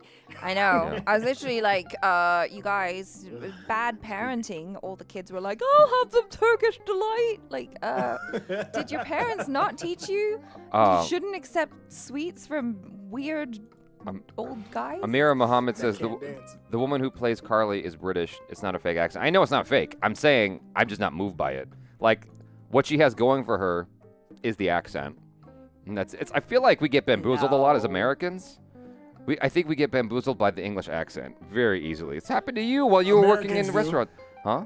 Yeah, I said Americans do. We get bamboozled by British accents. Like when Achara, you used to tell me like when you worked at a restaurant and you'd like say hi, I'm Achara, blah blah blah. Well, They because- wouldn't hear you at first because all they heard was the no, accent. because they don't compute. Because they see this face, and they just assume like Asian American, right? And then I come in with my weird jumbled up accent, and then they're all like, I saw the face, Yeah. I heard the words, they don't match in my brain. Right. Yeah. Yeah, but I'm saying as Americans, we get bamboozled real easily to thinking that you're better actors, that you're smarter, etc., etc. I'm like, y'all are human just like very us, true. just as flawed. That is very true. And so y'all could be bad just actors as well. we immediately like associate intelligence to that Yeah. accent. And that does not necessarily mean that is true by any means. Exactly. Like you said, human beings are human beings, but it's something about that accent that does something to Americans. Yeah. It turns like a weird switch. Yeah. Someone said earlier, Mohammed Zain said that the comment of the day, Zemo would own Hrithik Roshan in dancing. If you remember, Syntell, you, myself, and Achara did a reaction to Hrithik Roshan doing this. Yeah. He was in a straight In the jacket, I think. straitjacket dance, Yeah, yeah. he was in a Yeah. straight jacket. May My I whole life I've been saying straight jacket. It's a straight jacket. It's a straight jacket. I've been A stray jacket. I've Just capture those strays. you know, you hear Just a things. stray jacket. You never read it. You just hear it, and it's like, oh, it's a straight jacket. Like, supposedly. Supposedly. Yeah. you just kind of like wing it, piano. The woman who plays Carly. Oh, I read that already. Zemo is a leader of Dead Squad, groups sent to infiltrate and kill a target of Sokovia, which is mentioned in Civil War. That's from Vikash V. I know we just watched Civil War, but I don't really remember that. But. Supajit Chakraborty is Zemo versus Peter Parker, Spider-Man 3 dance-off. I was chatting with Raw 2.0. I was chatting with Raw 2.0 about this show, and basically I was letting him know, like, I like it a lot, but I've got issues with it. And because of everything he was saying, I was like, I almost forgot everything I didn't like about it. And I wanted to share some of his texts. Let me see. He says, I think it's their best stuff in a long time. The reframing of Steve and the Avengers is incredible. He's just as much a character in this show, but only through others' memories. Introducing the black super soldiers who were jailed was nuts. The violence of last night's episode was remarkable, just because of how built up to it we were. Zemo for sure is a different person. He's been funnied up, but I'm having too much fun to care. Yeah, I agree. I enjoy that. Everything, man. Yeah. Everything. The Spider-Man 3 dancing, Toby vibes. Sorry, I read that wrong. The Spider-Man 3 dancing, Toby vibes from him are amazing. Still waiting for George St. Pierre to show up again. Felt like a shoe that never dropped. Wait, George St. Pierre showed up? I didn't know that. And I complained about the bond between Falcon and Winter Soldier a bit. Because I wanted to feel like what you were saying in the beginning. I wanted to feel like Lee and Carter or Riggs and Murtaugh, like It's fun, you know, but I'm not getting that sense from them. And so he goes, I think the bond is there for sure. They move fast, but they're also doing a lot in a little bit of time. It's doing a great job of balancing telling their individual stories and their shared one. I don't know how much of a buddy cop thing we're supposed to expect. I think it's more about Sam coming to terms with how he's going to carry that shield in the end, because he threw it away and it's coming back. Like a boomerang. Bucky's on his own shit, learning to forgive himself for what he did and how much he feels he owes the world for it, and all of it orbits Steve. True. Yeah, he's such a pivotal, central character to the story, even though he's no longer there. Very good insight. Yeah. They're just in the same orbit right now, but I think that they're getting flung back out by the end, closer to each other, but still in separate paths for sure. Rewatch John Walker's bit this episode compared to the rest. When he throws the shield, he does it in a straight line every time, never bounces it. No creative maneuver. He pings it and pulls his gun every time. When he gets the super soldier serum, he takes on doing all of Cap's moves. It's why the ending is so disturbing. He does Steve's landing with the shield. He bounces it around in combat now. He uses it to break through the wall, all leading up to him almost cutting a dude in half in the town square. It's a beautiful nightmare. Yeah, all very good. All very good observations. All of that. Yeah. Yeah. Wow. We should get Raw 2.0 on the show, too. Yeah, but he's not. I don't think he wants to do YouTube. So the thing about it is, like, when he said all that, I completely forgot everything I didn't like about the episode, everything I didn't like about the show. I was like, oh, my God, like, you're making a good case here for everything about the show. So I had to, like, backtrack and go, wait, what are my problems? You know what I'm saying? The show for me up until this episode, the show was just, I could take it or leave it. It was kind of just meh. I wasn't overly blown away and I didn't hate it. But this one definitely pushed it more towards the track of they're doing a good job. I'm surprised dude didn't get cut in half at the end with the vibranium shield. Yeah. Yeah. And the super soldier, like, kaplow. Like, come on. Yeah. You know what I'm saying? There was a slight moment when after the Dora Milaje came in and Walker was laid out, and she steps on the one of the soldiers from the Dora Milaje steps on the shield, and it pops, and she grabs it. There was a moment I was like, well, technically it is Wakanda's shield, technically. Yeah. So she might just walk away from this bad boy with it. Yeah. Like, I'm gonna take my shit back. Yeah. I was a little disappointed that they just left it behind. I'm like, why? Why are you leaving it behind? That's vibranium. Yeah. Well, for them, it's not about them. I guess they know now that Captain America. Like, I'm sure all of the Dora Milaje knows that that's officially Cap's shield. Yeah. They just have a little hat tip, even though the vibranium was stolen. Was it stolen vibranium? They never said. Yeah. At least I don't recall them saying. I just remember when Captain America got it. Like, Tony Stark's father was like, you know, this is he just said it's vibranium. Yeah, he's like, this is the only one. Yeah. There's only one of these. And then Captain America's Betty just shoots at him, just unloads a gun on him. Yeah. He's like, how did she know? I can't imagine that shield. I can't imagine Wakanda being like, yeah, sure, take this vibranium. I just can't see that. I feel like it's stolen. But I can't figure out a way why the Wakandans would justify giving up that much vibranium, because that's a lot of vibranium. Like, a lot. For an outsider to have. That's a lot. So I don't get that part. Diplomacy. Whatever. Hardik Garg says, I loved your reaction when Bucky's hand fell off. It was mine too. Also, Battlestar in comics doesn't die. He might return with a broken spine later. Why they keep fucking up the black dudes, man? What's up with that? Damn. Like, what's his name? War Machine. War Machine. Yeah, although he's walking now. He got a broken spine too. Yeah. He broke his. It's like, you black, you get your back broke. Yeah. God damn, that's dark. Yeah, and then right after that, you know, Tony knocks over Falcon, and bruises his fucking face. Like, God damn. Let's see. I loved your reaction. Okay, I read that already. What was your reaction when Bucky's arm fell off? Oh, I thought it was hilarious. Because the whole joke, you know, he got disarmed, and I couldn't stop replaying that joke in my head. I was like, she really disarmed this dude. And to me, I always felt like the Dora Milaje is like that particular member that helped him through his path in order to find himself. It's like a very motherly kind of thing. And to me, it felt like a bad kid waving a stick. And he was going around hitting other kids with the stick, and mom comes out and takes the stick away. That's how that whole scene felt. Yeah. Because I think at any given point in time, she'll whoop the Winter Soldier's behind. She's like, listen, I'm the one that named you Grey Wolf or White Wolf or whatever his name is. Yeah. Yeah. You know, don't ever forget you're here because I put forth the effort to get you here. Know your role and know your place. Yeah. And even when she first met him in the alley, like the feeling I got from her was more disappointment, like a mother's disappointment of a kid making that decision. They're like, do you have any idea what that means to my people? That you're just gonna let him go? You're hanging around the bad kid at school. You know how disappointed I am in you? Yeah. It's a very mother-son kind of relationship for me is how I interpret it. Yeah.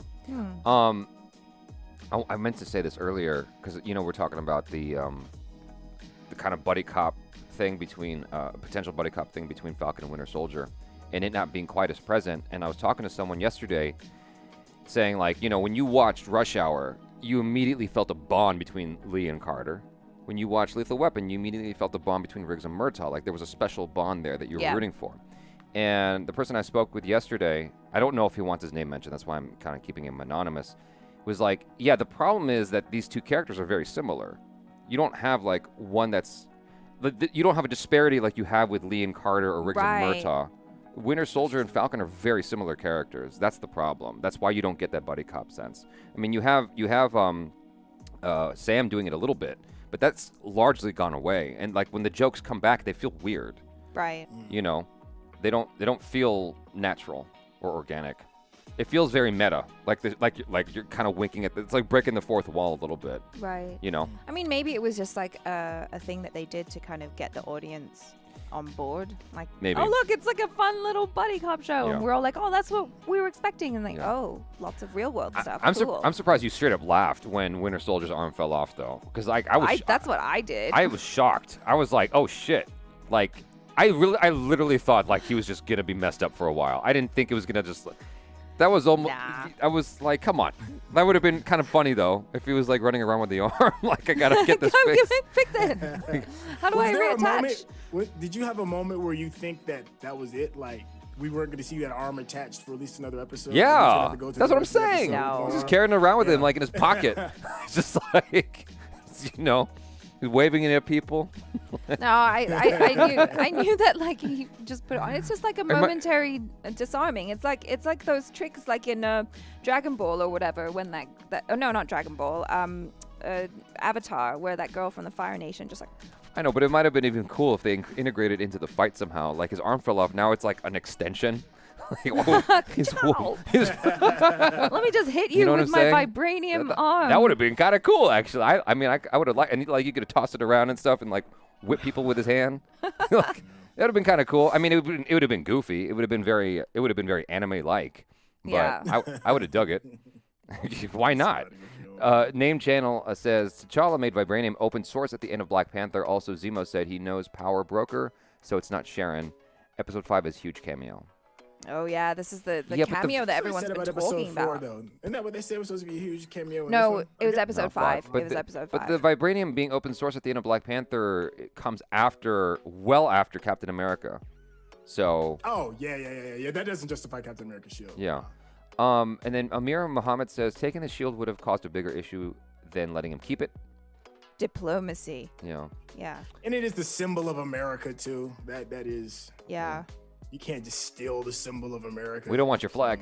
Hari says, I like that John didn't take the serum immediately. He talked with Lamar about it. It's like Lamar was his moral compass. I think, well, kind of, but I think I can see that. I think he would have taken it anyway, though, maybe. I'm not sure. No, he had Maybe? mixed feelings. Okay. He wasn't sure. Okay. I mean, I suppose that is a little bit of a redeeming quality there. It was that he didn't immediately do it. Right. He thought about it. Yeah. And then he took it. Yeah. Then he was acting all twitchy. TK says Bucky looked so incredibly hurt and betrayed when she took his arm off. He was shamed. Yeah. Yeah. He was like totally. Like the spray you were talking about earlier? Bad Bucky. Exactly. He was totally emasculated. Yeah. That's exactly. Yeah, that too. He got scolded. Like, they really did. Like, normally, we've said this a few times, but when the Winter Soldier walks in the room, everybody takes notice. Yeah. And the Dora Milaje, his mama was like, nah. I know you. Bad boy. Yeah, that's what it felt like. It's like, I know who you really are. So stop playing and give me this arm. Kartik Sharma says, quick thought, Hollywood badass is named Jon Snow. Wait, hold on, what? Quick Hollywood. thought. Hollywood badass is named Jon Snow, Wick, Rambo, McClane, etc. Hollywood sidekicks are named Sam, Wilson, Samwise, Gamgee, Samuel Tarly. Oh. That's a good observation. Sam is always a sidekick. Julie, Sam Jackson's not going to be anybody's sidekick. Julian T. Last week, I said I think Wakanda will take back the arm. Then I saw Ayo disarm Bucky. Last scene in Wakanda. Bucky in front of the Dora Milaje. Losing our king was like losing a piece of ourselves. You will know the same. Oh. Yeah, so they just want to see Zemo back in handcuffs, basically. Back in prison. Or dead. Or dead. Wait, but what is the significance of that? The losing our king was like losing a piece of ourselves. You will know the same. That's about Steve, isn't it? That's the foreshadowing to Steve. Because now he knows, like Steve was his, the North Star. Mm-hmm. He was his direction. Now he's gone. When did she say that? She said that in the last episode? Losing our king was losing a piece of ourselves. You'll know the same. Was that said in the last episode? I don't remember that line. I actually don't remember, and I just watched the episode a couple hours Yeah, ago. I don't remember that line. Last scene in Wakanda. I don't remember that line. But I mean, the motivation is very clear. Like I don't think they want to kill him. I think they just want to see him back in prison. I never took the Wakandans to be, that type of vengeful. Like where they're gonna off you because you did something wrong. They're it's just more like it's more about justice than anything else. I don't know. They were gonna kill Claw. That was the intent. The intent was for T'Challa to kill Claw. Yeah, but now the world's watching. Yeah, but that's what stopped him. Yeah. The world's watching. They got social media and stuff. Calm down. Slow your roll. Trevor Denley says it has been proven that Apple does not let villains in shows and movies use iPhones, and Sharon was not using an iPhone. Oh my God! What? What a weird connection to make. Really, These Trevor? are some interesting insights. I didn't know that. Wow. Oh, definitely Android is the dark side. Oh man, fanboyism is about to go through the roof right now. Kapil Lanjawar says, imagine if Dora Milaje took his arm and gave it to Rocket as a gift. Why would they do that? Hilarious. Why would they do that, That though? would be funny, though, because Rocket for jokes. He's been eyeing that arm since he first saw it. So who has the better arm? The Winter Soldier's regular just strength arm, or Claw's multi-purpose, I can turn this thing into a million different things and shoot lasers out of it arm. They're both made out of the same material. I think the second one, then. I feel like Claw's arm was way better. And if I was Bucky, I'd be like, word, it's just strong, that's it. I can't shoot lasers with this. Well, I mean, the cool thing about, I don't know if they're setting anything up at all, but the cool thing about Bucky, because it's just like this attachable thing, he's kind of like Mega Man then. They could probably put something else there. Give him like a tank. Get some upgrades going. Give him some kind of other weapon to put on his arm, like a sword or something. Just something like you could literally attach anything to that side. And it doesn't have to just be an arm. Like, that's boring. Come on. Like, you just brought it up. You could give him something else. Something else. It is really boring. Like, that's all it is. It's just strong. It's yeah. I'm already strong. They could give him like a thing like Mega Man. Then he can go fight Boomer Quang and all the villains that Dr. Wily puts in front of him, and then he acquires different powers, and he could shoot leaves out of his. You know what I'm saying? And boomerangs and shit. Like, it could be totally Mega Man. I don't know. It's just just these are thoughts. One can hope. I'm still on Julian T's thought about the last foreshadowing. I mean, I don't know. You never played Mega Man? No, never. You ever play Mega Man? Oh yeah, I played Mega Man. Oh, that was the original old NES Mega Man. No, I played Mega Man X. I played Mega Man, but I also played Mega Man X. I was super into that. But go ahead, Julian T. Oh no, just like what that foreshadowing means, as if it means anything for the series now. Seems like Julian is on it. You know, like his predictions have been pretty spot on. So Yeah. just like, I wonder, Julian. I wonder if you're a Disney spy. You're too good at this, man. Someone said something about filming. Hold on. Let me see if I can find that real quick. Filming in Puerto Rico. Okay, here we go. All in the Game says filming in Puerto Rico had to be scrapped first because of the earthquake and then COVID. Lion, Witch, and Wardrobe movies were written by Marcus and McFeely, writers of the Cap trilogy. Infinity War Infinity War and and Endgame. Oh.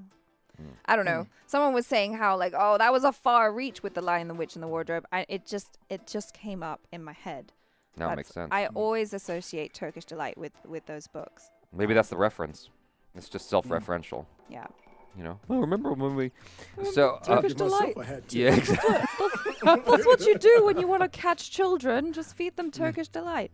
I never had it. Mad Max says, I am so excited to see what would be the conversation between Sam Bucky and John Walker after that tragedy. Oh. Yeah. Be like, They're gonna have to address it. Yeah. Because you think they take him away, handcuff him? Absolutely No. not. I think it's going to be a fight. I think the next episode should kick off with a battle of some kind. Like right from the get-go. Yeah. Like a boom fight. Like I feel like they're going to they should try to take him down. I don't think it should be a conversation. I think it should explode. Like the opening of the next episode should be explosive. That would be fun. Niraj Vashishta says Marvel doesn't really go for iPhone. They have been making deals with manufacturers all throughout. Stark using Vivo Phone in Civil War. I don't remember that. But, I mean, yeah, that makes sense. Name Channel says that's because there are people who steal vibranium from Wakanda. One example is Ulysses Claw, also his younger brother Najobu in BP. Well, yeah, but that's why I think Tony's dad stole the vibranium. I'm like, that doesn't seem like something that Wakanda would just give away like that. Maybe they in that time period, back when they were really big on their isolation kick, and they're just gonna give that much vibranium away. Maybe they did some kind of a trade, like, you know, Tony's dad was like, here are some blankets. And give me some vibranium. For some blankets. That's a deep reference. That's a historical reference. Yeah, for not the Louisiana Purchase, but the Manhattan Island. Yeah, is that what it is? I don't remember. I just know that it was like blankets, like the colonizers gave blankets that are filled with smallpox. With smallpox, yeah, it was a fucked up trade. And there's that frame reference too. But there's a story that Manhattan Island was purchased with like mirrors, like bits of broken mirror, beads, and like blankets or something like that. But a lot of mirrors, because mirrors just don't appear naturally in nature. So the indigenous people at the time thought they were magical. So they gave away all of Manhattan Island for that. I may be misquoting that. I'm sure somebody in the chat is going to be like, well, actually it's, but I do remember something to that effect. You took it a step further with the diseased blankets. I mean, you're an asshole. These are just jokes, people. They're just jokes. They don't always land. They're definitely there. Name Channel. That's because there are people who steal. Okay, we just read that. Yeah. So it might have been a trade. That's the most logical explanation. I mean, how are you going to steal? I don't even know how. I don't even know how Claw stole from them. Well, there's a whole scene in Black Panther, man, when Killmonger is in the museum and that they're having that conversation that you just take what you want. Yeah. He's like, you don't even really know what you're even taking, because they had no idea that piece was even vibranium that was in the museum. So it's kind of a bit of a tip to that. It's like, yo, all y'all do is steal. Yeah. So I called this earlier. Someone said the disarming was more like Shifu and Uguay nerve attacks. Yeah. I felt that too. Yeah, it was. I mean, that goes way back before Kung Fu Panda. Let's be real. Like, you know, that's from the old Kung Fu cinema. Yeah, that's old Chinese movies and shows that I used to watch. I love that stuff. It was done in Avatar too. It was done in Avatar as well. Series. Yeah, exactly. But it was definitely cool to see that come back. Like, in the way it felt like old luggage hitting the ground. Like, it wasn't anything graceful and nothing. Just did you see? You didn't see it. Okay, I'd love to see your reaction live if you could pull it up. Watch the beginning of our reaction. It's an ad for Skillshare. I just want to see your reaction to it. Oh no. Because I had no idea how telling it was going to be for the episode. I had no idea. Oh yeah, that's right. We had absolutely. No, just go to our reaction for this recent episode. Okay. Yeah. I gotta turn the volume up. Give me 1 second. You're not able to pump the audio through, right? because it's everything's all your audio is coming through your mic.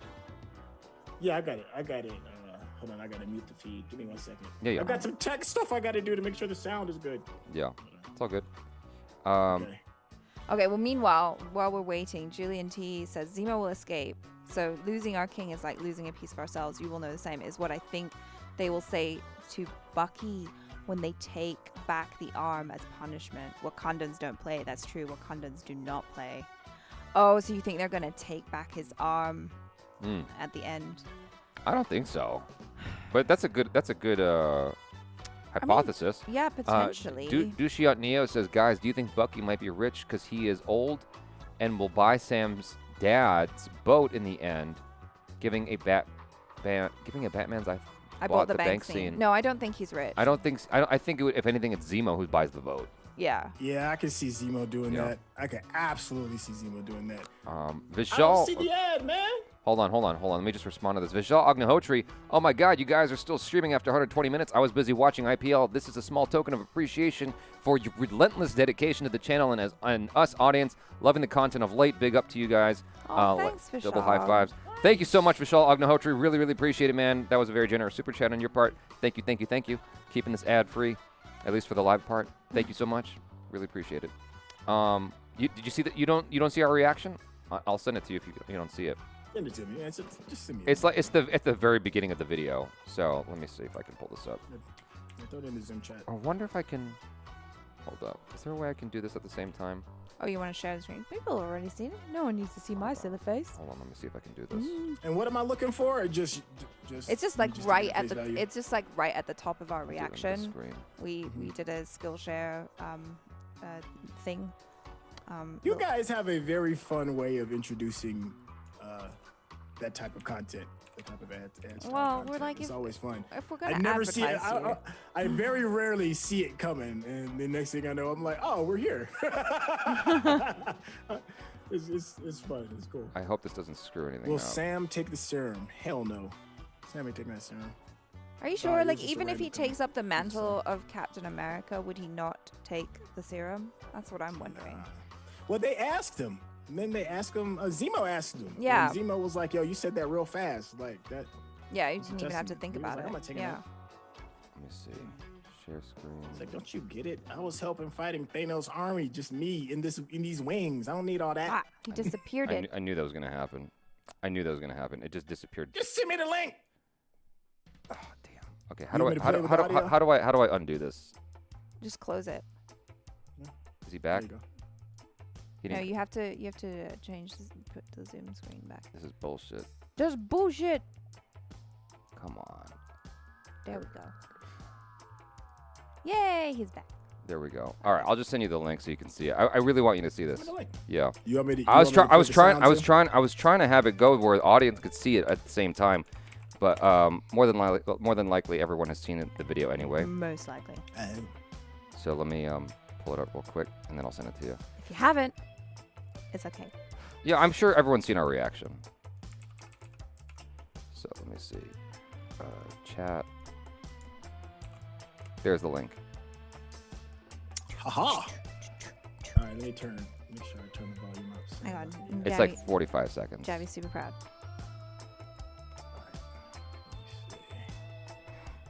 Thanks to our editor who helped with the. Don't say anything yet. Don't say anything yet. Okay, I want to see his okay. reaction.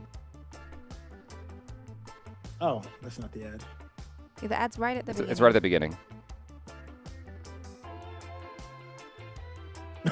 Already.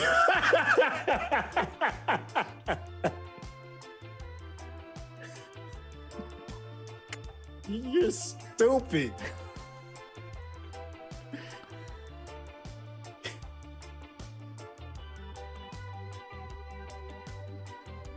It's Riddle's rap. Fart.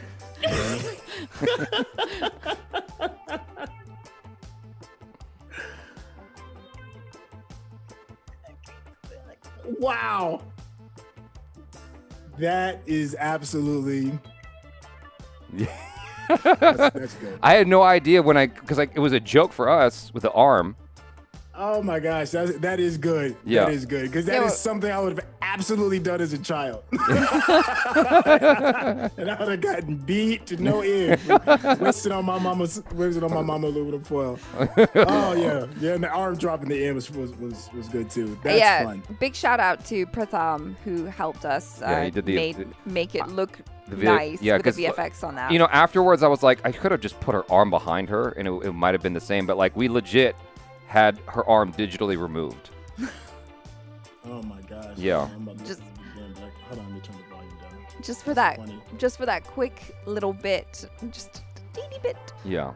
I don't know if anyone actually really caught that. Yeah, I think most people actually didn't see the ad, unfortunately. But like, I was proud of it. And so, Niraj Vashishta says, Sam saying no so fast doesn't really make sense. For a greater part of his life, he knew only Steve having the serum, who is best advertisement for serum. That's true. I thought that was kind of bogus when he said no really quick. Well, I mean, but you also have to keep in mind, remember the context of what happened to the last black dude that took the super soldier serum. He's living in Baltimore, half crazy. So that could be a big deterrent as well. Times have changed. You know, Have they? I mean, okay, that's a fair point, but I can't really say anything. But I would have said yes, though. You know why, though? My reasoning is totally different. Like, I'm not trying to fight battles or be a superhero. I just hate moments like when you stub your toe. You know what I'm saying? Like, that goes away. Instead of stepping your toe, you're just going to kick a hole in the wall. Exactly. No more of that dumb shit, you know? You ever listen to a person's story after they get out of a car accident? They're like, oh, yeah, my back. Oh, it's just like, I've been in rehab for my back because of this car accident. Like, that's gone. All the dumb human shit that, like, we are just ridiculously weak and so vulnerable to all the things of reality, that's just gone, you know? You know, your fear of flying goes away because you could just grab a door and jump out the plane if it's going down. I'm just like, why don't you want to do more noble things with your superpower? It's just self-preservation. With it's great just, power that's my comes only great interest is self-preservation. That's it. Like, you know what I'm saying? But it's not. Remember, like, they're not bulletproof, as we saw. We saw a girl with Carly, take a hot one to the stomach. I was a little confused, she seems to be literally walking it off. So I guess no, like, I think because I think even Cap they put a Band-Aid on her too, but like with the super strength comes super healing, so you heal faster than a regular. He has I think you have a healing factor. Serum. It's a slight one. They literally put a Band-Aid on her and she was fine. Just gave her a pat on the back. I was like, get back out there, trooper. Rub some dirt on it. You'll be all right. Kartik Sharma, this is continued from Badass John and Sidekick Sam. Main actors in Pulp Fiction were John and Sam, but in that, Sam was the badass and John was the sidekick. And that's very meta enough that I could see Quentin Tarantino actually, like, consciously doing that to make it that. I could see him doing that. I could see that too. I'm going to change it up. Yeah. No, but those are the actors' names. John Travolta and Samuel L. Jackson. True. Okay. I see what you're saying. Right. Yeah, but I do agree with you. He would totally do that. TK, I loved your ad. I'd also watch Achara as the Winter Soldier. With the fucking Reynolds rap. I'm just like, got it on the wrong arm too. Yeah. All right, cool. This has been fun. You guys, I think we're gonna conclude this here. So y'all, thanks so much for hanging out with us. This has been quite delightful. Thanks, Syntell, for joining us again. Thank you. Hey, man. Thank you. Big shout out to Julian T, as well as Julian T's cushion. Yeah, this is Julian T's cushion right here. Yep. And Vishal Agnihotri, thank you so much, both of you guys. Crazy Montry with the last super chat. Except Steve never seen someone kicking and picking up the shield just like that. Dormalage just kicked the hell out of Buck and Sam. Also, blood on the shield in the end of the episode was iconic. It was iconic. Yeah. So for sure. Anyway, y'all be good, and we will see you next weekend for the chat for the next episode. And the amazing cameo. I can't wait. Yep. All right, y'all. Peace out. Yeah.